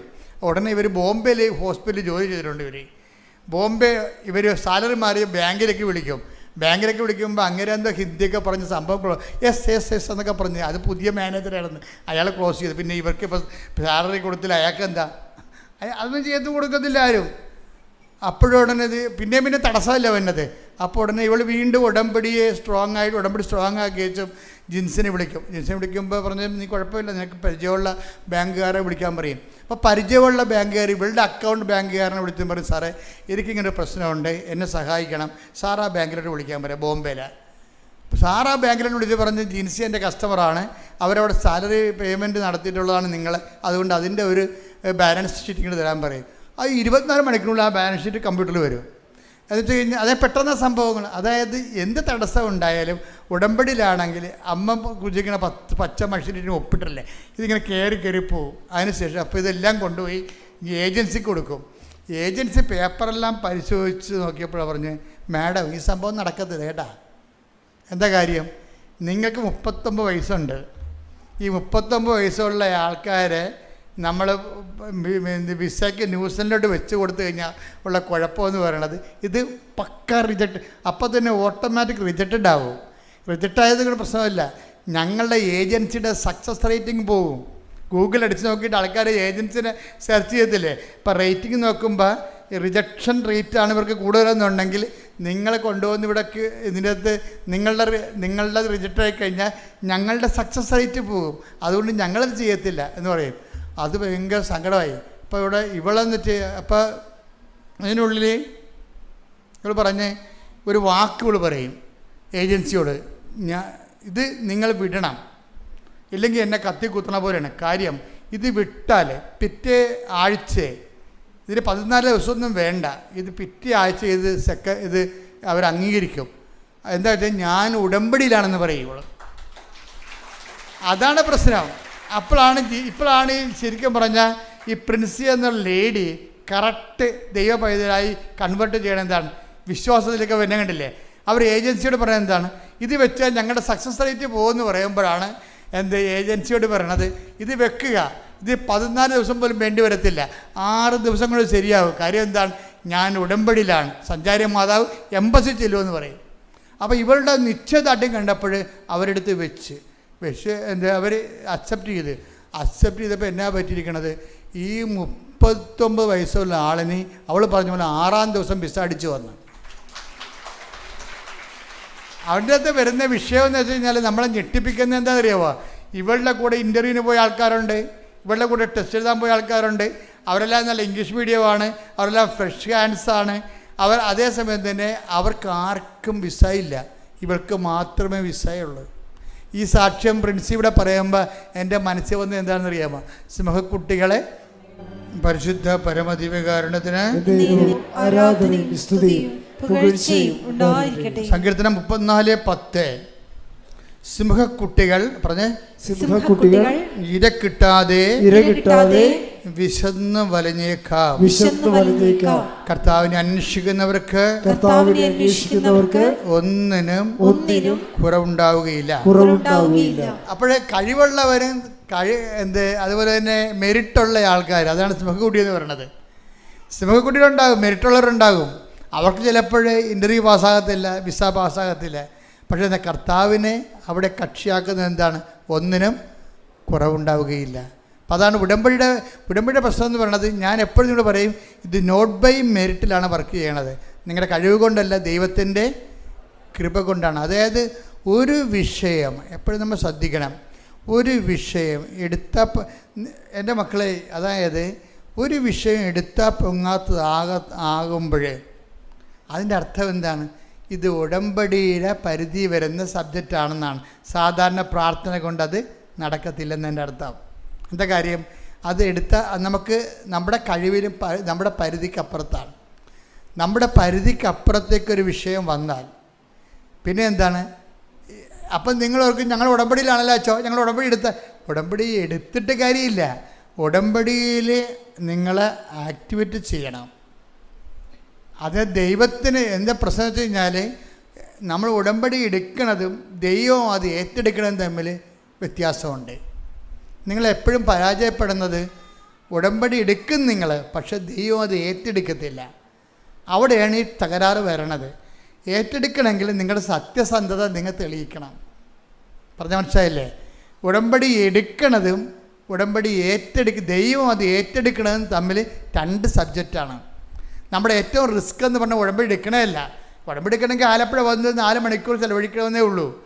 ഇത് തന്നെ ഇത്രയും കോംപ്ലിക്കേറ്റഡ് വെച്ചിരിക്കുകയാണ്. എന്താ കാര്യം? വയ്യാവേലികളും വഴിയെ പോണവരും വന്ന് ഉടമ്പടി എടുക്കാതിരിക്കാൻ വേണ്ടിയാണ്. വയ്യാവേലികളും വഴിയെ പോണവരും വന്ന് ഉടമ്പടി എടുക്കാതിരിക്കാൻ വേണ്ടിയാണ് ഉടമ്പടി മാക്സിമം കോംപ്ലിക്കേറ്റ് ആക്കി വെച്ചിരിക്കുന്നതാണ്. ഞങ്ങൾക്ക് വേണമെങ്കിൽ ഒരു ആംഗിൾ കൊണ്ടോ അല്ലെങ്കിൽ ഇതിൻ്റെ ഹോംവർക്കെല്ലാം കുറച്ച് തരാൻ പറ്റും. ഇത് കൂട്ടുക എന്നല്ല, ഹോംവർക്ക് കുറയ്ക്കുകയില്ല. കാര്യം വെച്ചാൽ ഹോംവർക്ക് വൃത്തിമേനായിട്ട് ചെയ്യണ ആൾക്കാർ ദൈവസ്നേഹം ഉള്ളവർക്ക് അത് ചെയ്യാൻ പറ്റത്തുള്ളൂ. ദൈവത്തിൻ്റെ വിശ്വാസമുള്ളവർക്ക് ചെയ്യാൻ പറ്റത്തുള്ളൂ. വസ്തുവിശ്വാസം, വിഷയവിശ്വാസം നിങ്ങൾക്കുള്ളത്, നിങ്ങൾക്ക് പലർക്കും ഉള്ളത് നിങ്ങളുടെ വിഷയത്തെക്കുറിച്ചാണ് നിങ്ങൾക്ക് ആവരാതി ഉള്ളത്, ദൈവത്തെക്കുറിച്ചല്ല. ഞങ്ങളൊക്കെ ഇവിടെ ഈ ഉടുപ്പ് വിട്ട് നിൽക്കുന്നതും നിങ്ങളൊക്കെ എല്ലാം ഇവിടെ വന്നിരിക്കുന്നതിൻ്റെ പിന്നിലെ ഒരു ജന്മമുണ്ട്. എന്താ? ദൈവത്തെക്കുറിച്ച് മാത്രം ചിന്തിച്ച് ദൈവത്തിന് അറിയാത്തത് അറിയിക്കണം, അറിഞ്ഞവരെ ആഴപ്പെടുത്തണമെന്നും പറഞ്ഞ് ജീവിച്ചു കൂട്ടിയ ഒരു ജീവിതമുണ്ട്. അതാണ് എൻ്റെ ബേസ് എന്ന് പറയണത്. ദൈവത്തിൻ്റെ മുമ്പിൽ നമ്മൾ ആ റെക്ടിഫൈ ചെയ്യണം, ക്ലാരിഫൈ ചെയ്യണം. എന്താ കാര്യം? ഞാൻ ജീവിക്കണത് അങ്ങയ്ക്ക് വേണ്ടിയാണെന്ന് ദൈവത്തിന് തോന്നണം. അപ്പോൾ ദൈവം ഉടമ്പടി നിങ്ങൾ എടുക്കണതും അത് ദൈവം അത് ഏറ്റെടുക്കണതും രണ്ട് സബ്ജക്റ്റാണ്. നമ്മുടെ മുമ്പിലുള്ള ഏറ്റവും വലിയ റിസ്ക് എന്താണ്? നിങ്ങളുടെ ഉടമ്പടി, നിങ്ങൾ എടുത്ത ഉടമ്പടി ദൈവത്തെ കൊണ്ട് ഏറ്റെടുപ്പിക്കുന്നതാണ്. എങ്ങനെയാണ് ദൈവത്തെ കൊണ്ട് ഏറ്റെടുപ്പിക്കണത്? ഉടമ്പടി വിഷയങ്ങളെല്ലാം ചെയ്യണത് പക്കാ ദൈവവിശ്വാസത്തോടുകൂടിയാണോ? പക്കാ ദൈവസ്നേഹത്തോടു കൂടിയാണോ? ഉടമ്പടി കാലം കഴിഞ്ഞ് നിങ്ങൾ ദൈവത്തിൻ്റെ മുമ്പിൽ ദൈവ പൈതലിനെ പോലെ ജീവിക്കുമോ? ഇതെല്ലാം ദൈവം ഇങ്ങനെ ചോദിച്ചുകൊണ്ടേയിരിക്കും.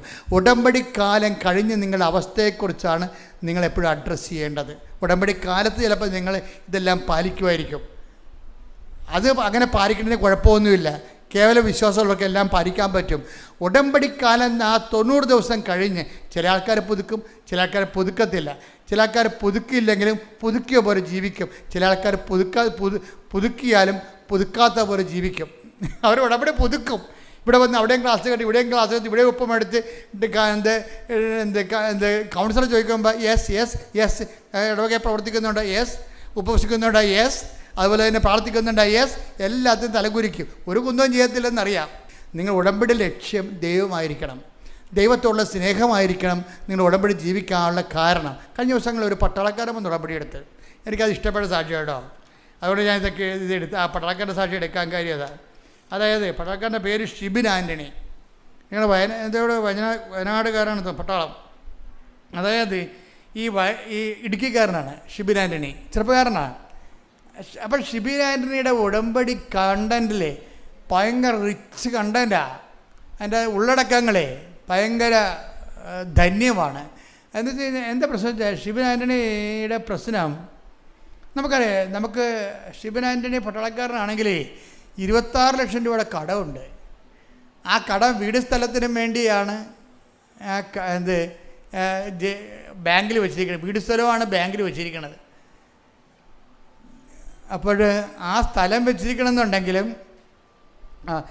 ആ സ്ഥലം ഇപ്പോൾ ജപ്തിയാകാൻ പോവുകയാണ്. വീടല്ല, സ്ഥലം ബാങ്കിൽ വെച്ച് എടുത്തിരിക്കണമെങ്കിലും ബാങ്കിൽ 26 ലക്ഷം രൂപ കടമായി.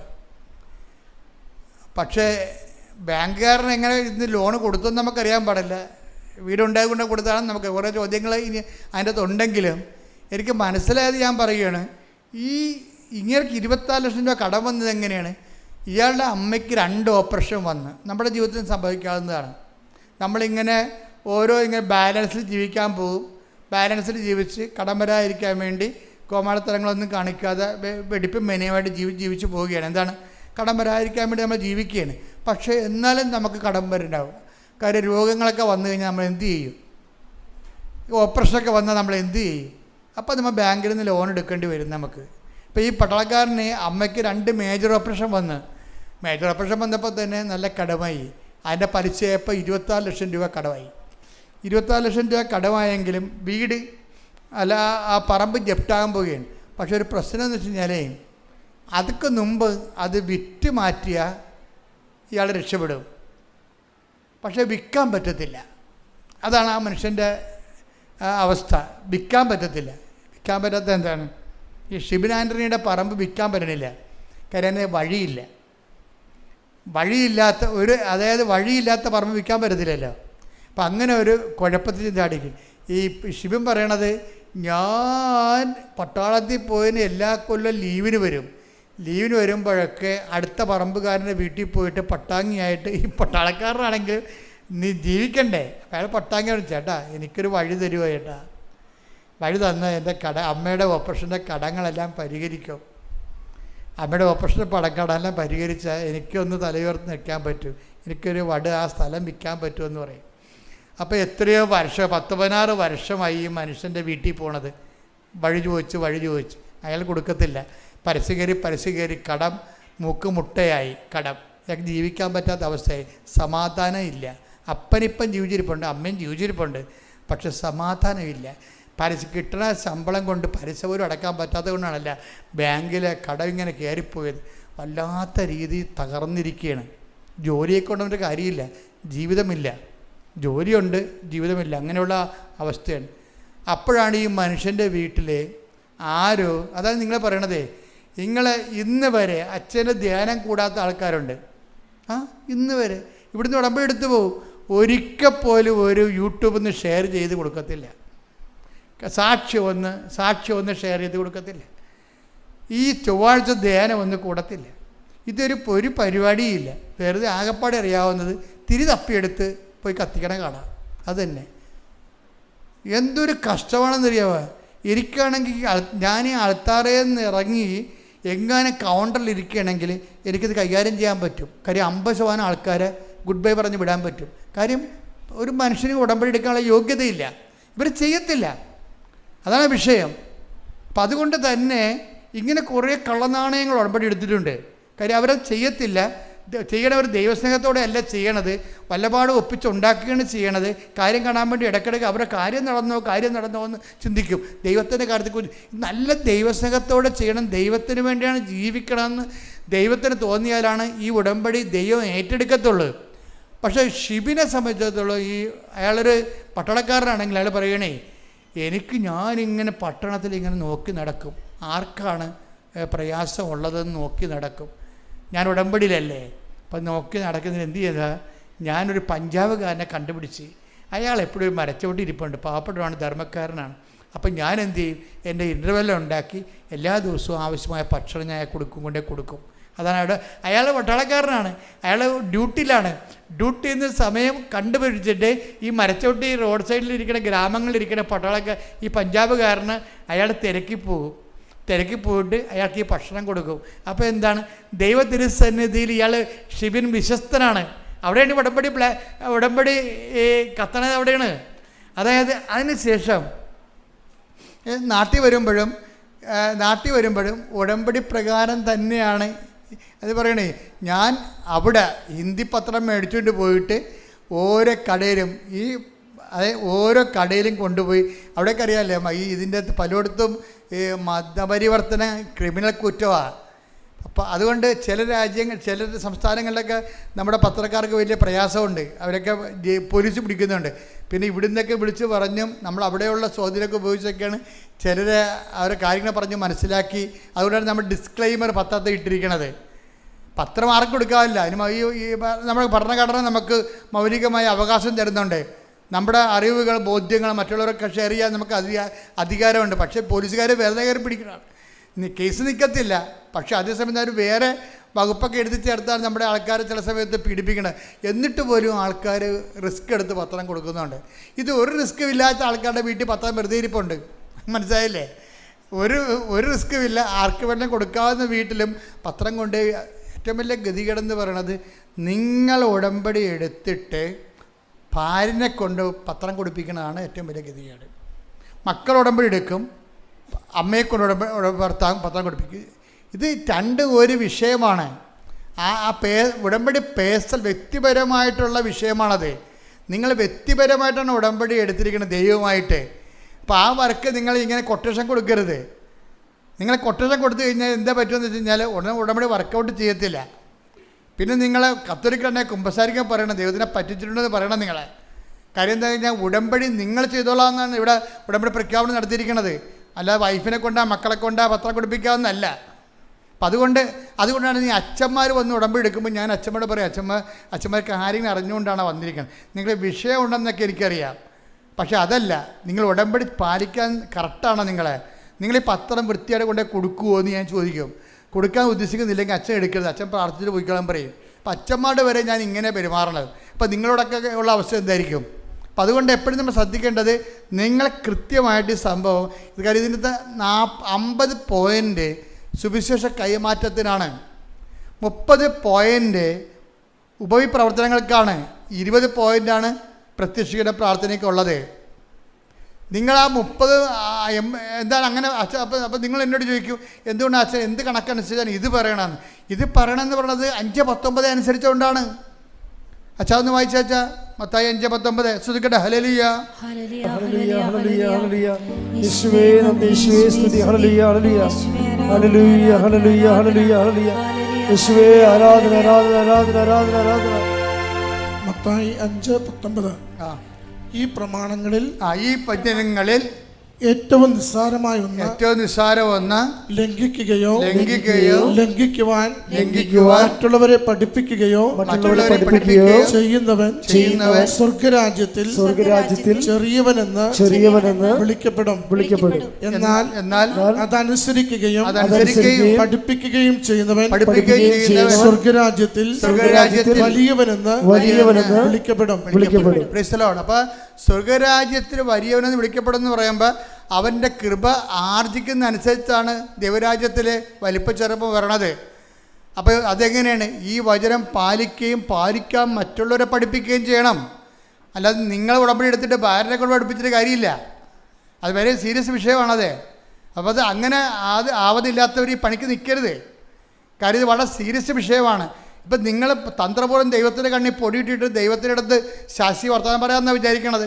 അങ്ങനെയല്ല ഇത് വ്യക്തി കർത്താവിനെ അറിയുക, അറിയാത്തവരെ അറിയിക്കുക നമ്മുടെ ഉത്തരവാദിത്തമാണത്. അത് ദൈവസേവത്തോടെ ചെയ്യണം. ഇവിടെ എന്തുകൊണ്ടാണ് ഉടമ്പടിയിൽ എല്ലാവരും സാക്ഷ്യം പറയണത്? ഇത് പാലിക്കുന്ന ആൾക്കാർക്കൊരു പ്രശ്നവുമില്ല. അതുപോലെ തന്നെ ഇതിൻ്റെ കാരുണ്യ പ്രവൃത്തി എന്താണ്? ഞാൻ കഴിഞ്ഞ ധ്യാനത്തിൽ ഇത് പറഞ്ഞു. അത് കാരുണ്യ പ്രവൃത്തിയുടെ കാര്യം 25:34 എടുത്ത് മത്തായിയുടെ സുവിശേഷം ശ്രദ്ധിക്കട്ടെ. ഹല്ലേലൂയ. മത്തായി 25:34. എന്റെ പിതാവിനാൽ അനുഗ്രഹിക്കപ്പെട്ടവരെ വരുവിൻ. ലോകസ്ഥാപനം മുതൽ നിങ്ങൾക്കായി സജ്ജമാക്കിയിരിക്കുന്ന രാജ്യം അവകാശപ്പെടുത്തുവിൻ. അപ്പൊ എനിക്ക് എന്തുകൊണ്ടെന്നാൽ എനിക്ക് വിശന്നു, നിങ്ങൾ എനിക്ക് ഭക്ഷണം തന്നു, എനിക്ക് ദാഹിച്ചു, നിങ്ങൾ എനിക്ക് കുടിക്കാൻ തന്നു, ഞാൻ നഗ്നനായി നിങ്ങൾ എന്നെ ഉടുപ്പിച്ചു.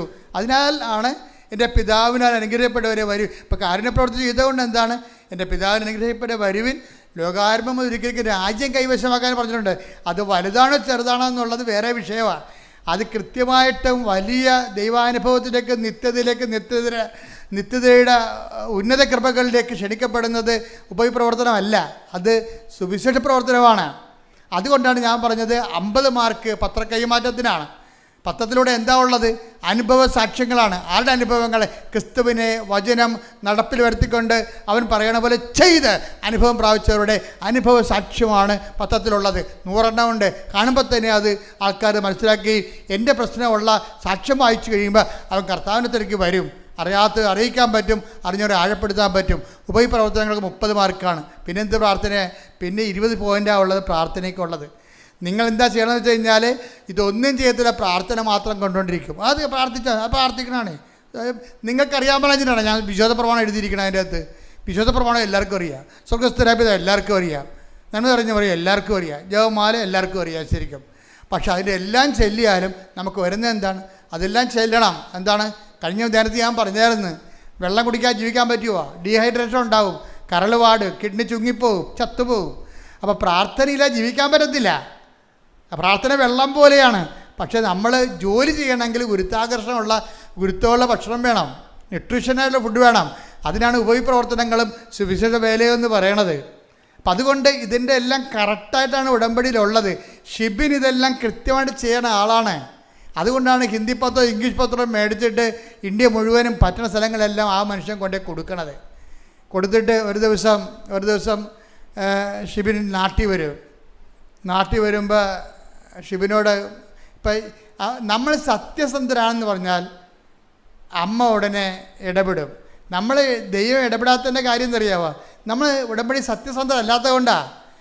ഷിബിൻ ഉടനെ നാട്ടിൽ വന്നപ്പോൾ പരിശുദ്ധമ്മ പറഞ്ഞു, മോനെ അവിടെ കൊണ്ട് ഉപ്പിടാൻ പറഞ്ഞു. ആ പറമ്പ് വഴിയിലല്ല ഉപ്പിടാൻ പറഞ്ഞു. അവനവിടെ കൊണ്ട് വിശ്വാസപ്രമാണം ചൊല്ലി ആ വഴിയില്ലാത്ത സ്ഥലത്ത് കൊണ്ടുപോയി ഉപ്പിട്ട് വെച്ച് പിറ്റേ ദിവസം 20 കൊല്ലമായി ആ വീട്ടിൽ കയറി ഇറങ്ങണത്. ആ മനുഷ്യനോട് ഇന്നവൻ, ചേട്ടാ ഇത്തിരി വഴി കിട്ടാൻ വല്ല മാർഗ്ഗമുണ്ടോ? ഞാനിത് 20ാമത്തെ കൊല്ലമാണ് വരണത്. അപ്പോൾ ഉടനെ ചേട്ടൻ പറഞ്ഞ്, ഞാൻ പണി ചെയ്യാം, നിനക്ക് വഴി തരാം. പക്ഷേ അതെങ്ങനെ തരും? സൈഡിൽ കൂടി തരാം. അത് തോടാണത്, അതിന് നികർത്തിയെടുത്തോളാൻ പറഞ്ഞു.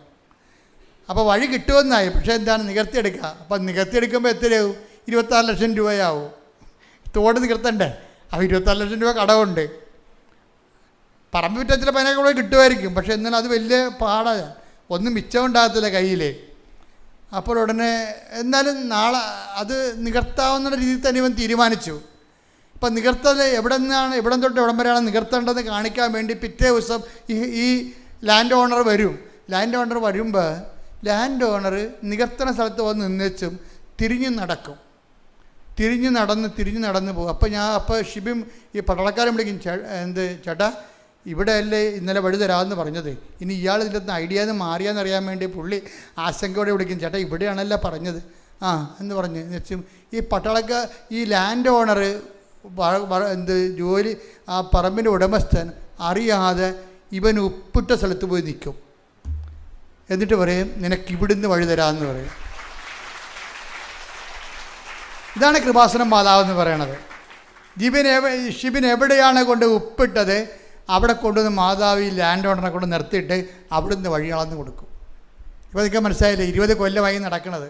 ഇത് നോട്ട് ബൈ മെറിറ്റ് വർക്ക് ചെയ്യണത്. ഇവൻ ഉടമ്പടി സത്യസന്ധനാണ്. അവൻ്റെ ഉടമ്പടി അമ്മ ഏറ്റെടുത്തിരിക്കുകയാണ്. ഉടമ്പടി എടുത്തിട്ട് കാര്യമില്ല, അമ്മ അത് ഏറ്റെടുക്കണം. അമ്മയ്ക്ക് തോന്നണം നിങ്ങൾ ചെയ്തിരിക്കുന്ന കാര്യങ്ങൾ ദൈവത്തിന് വേണ്ടിയാണ്, സത്യസന്ധമാണെന്ന്. അങ്ങനെ ഒരു നിമിഷം ദൈവത്തെ കൊണ്ട് തോന്നിപ്പിക്കാൻ ഇടയായ പിന്നെ നിങ്ങൾക്ക് തിരിഞ്ഞു നോക്കേണ്ടി വരത്തില്ല. ശ്രുതിക്കട്ടെ ഹല്ലേലൂയ.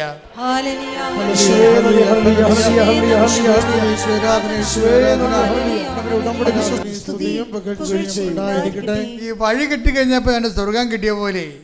പക്ഷെ ഇത് ഇനി വിറ്റ് മാറ്റാൻ വേണ്ടി ഈ ലീവിന് മുമ്പ് വിറ്റ് മാറ്റിയിട്ടല്ല ജപ്തി നടന്ന് രക്ഷപ്പെടണം. ജപ്തി ഡേറ്റ് വന്നിരിക്കണല്ല. നമുക്ക് വഴി കിട്ടിയാലും വിറ്റ് മാറ്റില്ല ജപ്തി ചെയ്ത് പോകുമല്ലോ.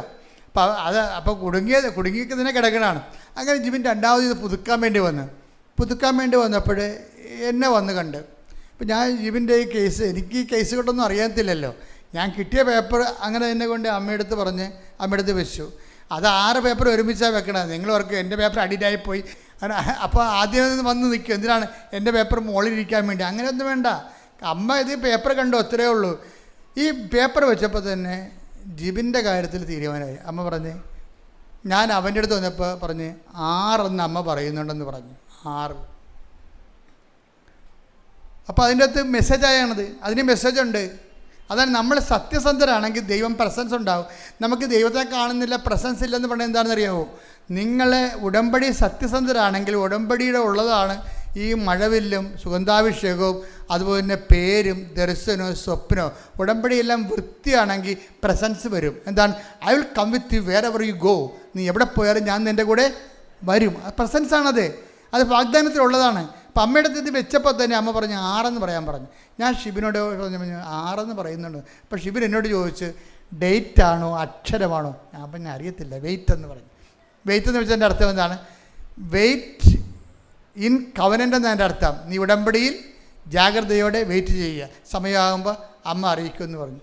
അപ്പോൾ ഒരു 6 കഴിഞ്ഞ് പോയി, പിന്നെ ഒരു 16 കഴിഞ്ഞ് പോയി, 26 കഴിഞ്ഞ് പോയി, ഇപ്പം കിട്ടും എല്ലാം 6 ഉണ്ടല്ലോ നിൽക്കണം. ആരും വന്നില്ല. പക്ഷേ ഒരു 6-ാം തീയതി 6 മാസം കഴിഞ്ഞ് 6-ാം മാസം ആയപ്പോൾ ആൾ വന്ന് സ്ഥലമെടുത്തു. സ്ഥലമെടുത്തതിന് ശേഷം ഒപ്പിട്ടപ്പോഴാണ് മനസ്സിലാകണത് അയാളുടെ പേര് 6-ലാണ് തുടങ്ങണത്. ആ ഒപ്പിട്ടതിൻ്റെ ആളിൻ്റെ പേരും 6-ആണ്, വന്നിരിക്കണതും 6-ാം മാസമാണ്. എന്ന് വെച്ച് കഴിഞ്ഞാൽ ഈ പേരിൻ്റെ കാര്യമാണ്. അതായത് ദൈവം നമുക്ക് അടയാളം തരുന്നതിൻ്റെ ഉദ്ദേശം എന്ന് വെച്ച് കഴിഞ്ഞാൽ അത് ദൈവമാണ് ഇതിനകത്ത് ഇടപെട്ടിരിക്കണം എന്നുള്ളത് നമ്മളെ ബോധ്യപ്പെടുത്താൻ വേണ്ടിയാണ് അടയാളം തരണത്. അല്ല നിങ്ങളെ സന്തോഷിപ്പിക്കാനല്ല. അത് ചിലപ്പോൾ ഉണ്ടാകാം.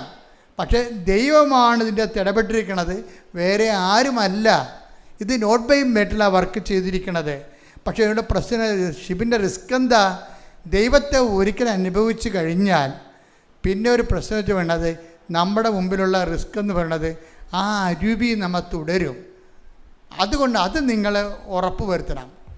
ഇന്ന് നിങ്ങളുടെ ജീവിതത്തിൽ അനുഭവം നടക്കും.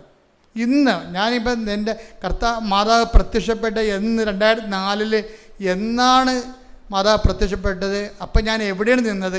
അവിടെ തന്നെയാണ് ഇപ്പോഴും ഞാൻ നിൽക്കുന്നത്. ആ കർത്താവിൻ്റെ ദിവ്യകാരുണ്യം ഇപ്പോഴും ഇവിടെ ഇരിപ്പുണ്ട്. അമ്മയുടെ സാന്നിധ്യം ഇവിടെ ഉണ്ട്. ഇവിടെ നിന്ന് ഞാൻ പറയുകയാണ്, നിങ്ങൾ ഉടമ്പടിയിൽ ഇന്ന് ഉടമ്പടിക്ക് ശേഷവും നിങ്ങളുടെ കാലാവധിക്ക് ശേഷവും നിങ്ങൾ ഉടമ്പടി തന്നെ ദൈവത്തിൻ്റെ സ്നേഹത്തെ പ്രതി സാക്ഷിയായിട്ട് ജീവിക്കും. ദൈവത്തിന് പ്രയോജനമുള്ളൊരു ജന്മമായിട്ട് ദൈവത്തിൻ്റെ സുവിശേഷ സാക്ഷിയായി ഞാൻ ജീവിക്കുമെന്ന് ദൈവത്തിൻ്റെ വാക്ക് വൃത്തിയായിട്ട് കൊടുത്തു കഴിഞ്ഞാൽ ഇന്ന് നിങ്ങൾക്ക് അടയാളം കിട്ടും. ശ്രദ്ധിക്കട്ടെ. ഹല്ലേലൂയ.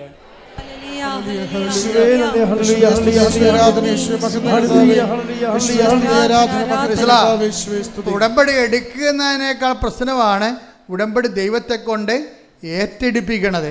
ഏറ്റെടുപ്പിക്കാനുള്ളൊരു മാർഗം ഇതാണ് ഇപ്പോൾ പറയണത്. എന്താ കാര്യം? നിങ്ങൾ ഉടമ്പടി ജീവിക്കുമെന്ന് ദൈവത്തിനൊരു വൃത്തിയുള്ള വാക്ക് കൊടുക്കണം. ഉടമ്പടിക്കാലം കഴിഞ്ഞാലും ഞാൻ വിശുദ്ധിയോടും സുവിശേഷ സാക്ഷിയായിട്ട് ജീവിക്കും. അത് സത്യസന്ധമാണെങ്കിൽ ഇന്ന് അടയാളം നടക്കും. കാര്യം ഉടമ്പടി കർത്താവിൻ്റെ വാക്ക് കർത്താവ് ആ വാക്കിൽ നിന്ന് മാറ്റത്തില്ല. കാര്യം എന്താ വെച്ചാൽ നിങ്ങൾ അവിശ്വസ്തരായിരുന്നാൽ പോലും ഞാൻ വിശ്വസ്തനാകുമെന്ന് പറയുമ്പോഴേ ആ വിശ്വസ്തത നമുക്ക് അനുഭവവേദ്യമാകണം. അനുഭവവേദ്യമാകണത് വേറെ ഒരു വിഷയമായതുകൊണ്ടാണ് ഞാൻ ഇങ്ങനെ നിങ്ങളോട് പറഞ്ഞത്. കാര്യം എന്താണ്? നിങ്ങൾ ചെയ്യുന്ന കാര്യം ദൈവത്തെ കൊണ്ട് ഏറ്റെടുപ്പിക്കാൻ എന്ത് ചെയ്യണം? ഞാൻ എക്കാലവും ദൈവത്തിന് 90 ദിവസമല്ല പ്രായം, അവൻ നിത്യത വരെ.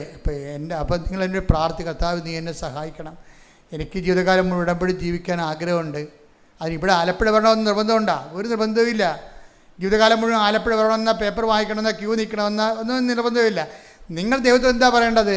ഞങ്ങൾ ആലപ്പുഴയായാലും അയർലൻഡിലായാലും ഞങ്ങൾ ദൈവതിരുസന്നിധിയിൽ വിശുദ്ധിയോടെ സുവിശേഷത്തിൻ്റെ സാക്ഷിയായിട്ട് ഉടമ്പടി ഇതുപോലെ തുടർന്ന് ജീവിക്കും. ശ്രദ്ധിക്കട്ടെ. ഹല്ലേലൂയ.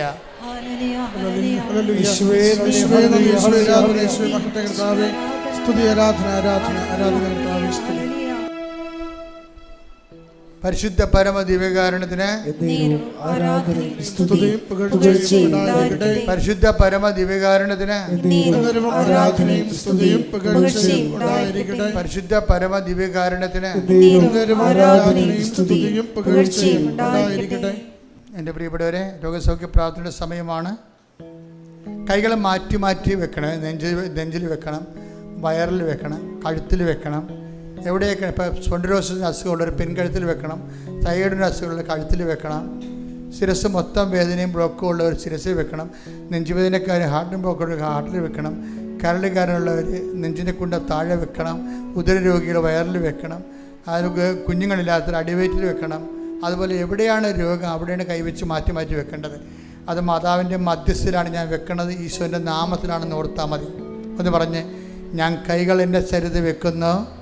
എൻ്റെ കൈകൾ അതെൻ്റെ അമ്മയുടെ മധ്യസ്ഥയിലാണ്. അതെൻ്റെ അമ്മയുടെ മധ്യസ്ഥ അതെൻ്റെ ഈശോൻ്റെ നാമത്തിലാണ്. ഈശോന്റെ നാമത്തിലാണ്. ഇനി നിങ്ങൾക്ക് രോഗം ഇല്ലെന്ന് വിചാരിച്ചോ, നിങ്ങളുടെ ബന്ധുക്കൾക്കോ വീട്ടുകാർക്കോ ആർക്ക്, നിങ്ങളുടെ സുഹൃത്തുക്കൾക്കോ ആർക്ക് രോഗം ഉണ്ടായാലും അവർ നിങ്ങളുടെ ജാമ്യം, ഇപ്പം ജിൻസി അല്ലേ, ജിൻസിയുടെ ജാമ്യത്തിലല്ലേ പ്രിൻസിക്ക് അനുഗ്രഹം കിട്ടിയത്. അപ്പോൾ തീർച്ചയായിട്ടും അത് ട്രാൻസ്ഫറബിളാണ്. നിങ്ങളുടെ വിശ്വാസത്തിൽ നിങ്ങൾക്ക് വിശ്വാസം ഇല്ലാത്തവർക്ക് വേണ്ടി പ്രാർത്ഥിക്കാം. അവരെ കർത്താവ് നിങ്ങളുടെ അടിസ്ഥാനത്തിൽ വീണ്ടെടുക്കും. ശ്രുതിക്കട്ടെ ഹല്ലേലൂയ. ഹല്ലേലൂയ. സ്തുതി യേശുവേ, സ്തുതി യേശുവേ, സ്തുതി യേശുവേ. ആരാധന മഹത്വം കർത്താവേ. ആരാധന സ്തുതി സ്തുതി കർത്താവേ. പരിശുദ്ധ പരമ ദിവ്യകാരുണ്യത്തിന് നേരവും ആരാധനയും സ്തുതിയും പുകഴ്ചയും ഉണ്ടായിരിക്കട്ടെ. മക്കളെ, നിങ്ങൾ കൈകൾ മാറ്റി മാറ്റി വെച്ചുകൊണ്ടിരിക്കണം. അച്ഛൻ പ്രാർത്ഥിച്ചുകൊണ്ടേയിരിക്കും. ഞാൻ ജനറലായിട്ട് പ്രാർത്ഥിച്ചുകൊണ്ടിരിക്കും. ചിലപ്പോൾ ഓരോ വിഷയങ്ങൾ പറഞ്ഞ് പ്രാർത്ഥിക്കും. അപ്പോൾ അതനുസരിച്ച് മക്കൾ ഈ വളരെ ജാഗ്രതയുള്ളവരായിരിക്കണം. കർത്താവ് നിങ്ങൾ തൊടുന്ന അടിപ്പിണർ പോലെ വൈതാഘാതം പോലെ ദൈവികമായ ശക്തി ഓർക്കുക. അപ്പം മാതാവ് ജീവനോടെ പ്രത്യക്ഷപ്പെട്ട അൾത്താറിൽ കർത്താവ് ദിവ്യകാരുണ്യം ജ്വലിച്ചു നിൽക്കുന്ന സ്വർഗീയമായ നിമിഷങ്ങളിലേക്ക് നിങ്ങൾ വിളിക്കപ്പെട്ടിരിക്കുന്നത്. നിങ്ങൾ വന്നതല്ല, നിങ്ങളെ കർത്താവ് വരുത്തിയതാണ്. അതുകൊണ്ട് തന്നെ ദൈവത്തിൻ്റെ കൃപയിലാണ് നിങ്ങൾ. സ്തുതിക്കട്ടെ ഹല്ലേലൂയ. എൻ്റെ കർത്താവിൻ്റെ ഉന്നതമായ നാമത്തിൽ, സഭയുടെ അധികാരത്തിൽ, കുരിശിൻ്റെ അടയാളത്തിൽ, ദൈവത്തിൻ്റെ ശക്തിയാൽ ഞാൻ അങ്ങയുടെ മക്കൾക്ക് വേണ്ടി പ്രാർത്ഥിക്കുന്നു. കർത്താവ് നിന്റെ തിരുമുറപാർന്ന് വലതുകരം അങ്ങയുടെ മക്കളുടെ ശിരസിൽ വെക്കണേ പ്രാർത്ഥിക്കുന്നു. അനുഗ്രഹത്തിൻ്റെ അത്ഭുതകരം അങ്ങയുടെ മക്കളുടെ ശിരസിൽ വെക്കണേ പ്രാർത്ഥിക്കുന്നു. കർത്താവ് ശിരസിൽ വെക്കണമേ. കർത്താവ് ശിരസിന് ബ്ലോക്കുള്ളവരെ, ശിരസ് ക്യാൻസർ ഉള്ളവരെ ഇപ്പോൾ കർത്താവ് നീ സ്പർശിക്കണമെന്ന് പ്രാർത്ഥിക്കും. കർത്താവ് ദൈവത്തിൻ്റെ കണ്ണ് സ്പർശിക്കട്ടെ.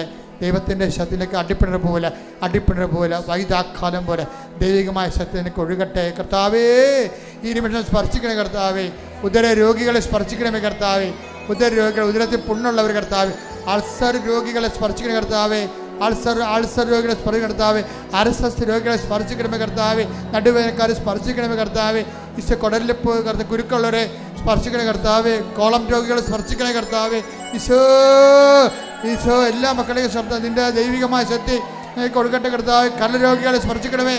ഉദര രോഗികളെ സ്പർശിക്കണമേ. ഹൃദയ രോഗികളെ സ്പർശിക്കണമേ. തൈറോയ്ഡ് രോഗികളെ സ്പർശിക്കണമേ. യേശുവിൻ്റെ നാമത്തിൽ അപ്പാ അങ്ങേപ്പുത്രൻ യേശു ക്രിസ്തുവിൻ്റെ നാമത്തിൽ അപ്പാ കൈകൾ നീട്ടണമേ. അങ്ങേപ്പുത്രൻ യേശു ക്രിസ്തു നാമത്തിൽ അടയാളം സംഭവിക്കട്ടെ. അപ്പാ സ്വർഗീയപ്പാ അങ്ങേപ്പുത്രനായ യേശു ക്രിസ്തു നാമത്തില് നടുവേദനകള്, കിഡ്നി രോഗങ്ങള്, ഹൃദയ രോഗങ്ങള്, മക്കളില്ലാത്തവര്, വിവാഹമൊത്തു വരാത്തവര്, ജോലിയില്ലാത്തവര്, സാമ്പത്തിക തകർച്ചയുള്ളവര്, മക്കളെ കുറിച്ച് വേദന അനുഭവിക്കുന്നവര്, കേസാക്കപ്പെട്ടിരിക്കുന്നവര്, ജയിലായിരിക്കുന്നവര്, തടസ്സങ്ങളുള്ളവര്, സമാധാനമില്ലാത്തവര്, യേശുവിന്റെ ഉന്നതമായ നാമത്തിൽ സഭയുടെ അധികാരത്തിൽ കുരിശിന്റെ അടയാളത്തിൽ ജീവിത ദുരിതങ്ങള്, ജീവിത തടസ്സങ്ങള്, എല്ലാ ജീവിത ദുരിതങ്ങള് യേശുവിന്റെ നാമത്തിൽ മാറിപ്പോകട്ടെ. ശ്രദ്ധിക്കട്ടെ.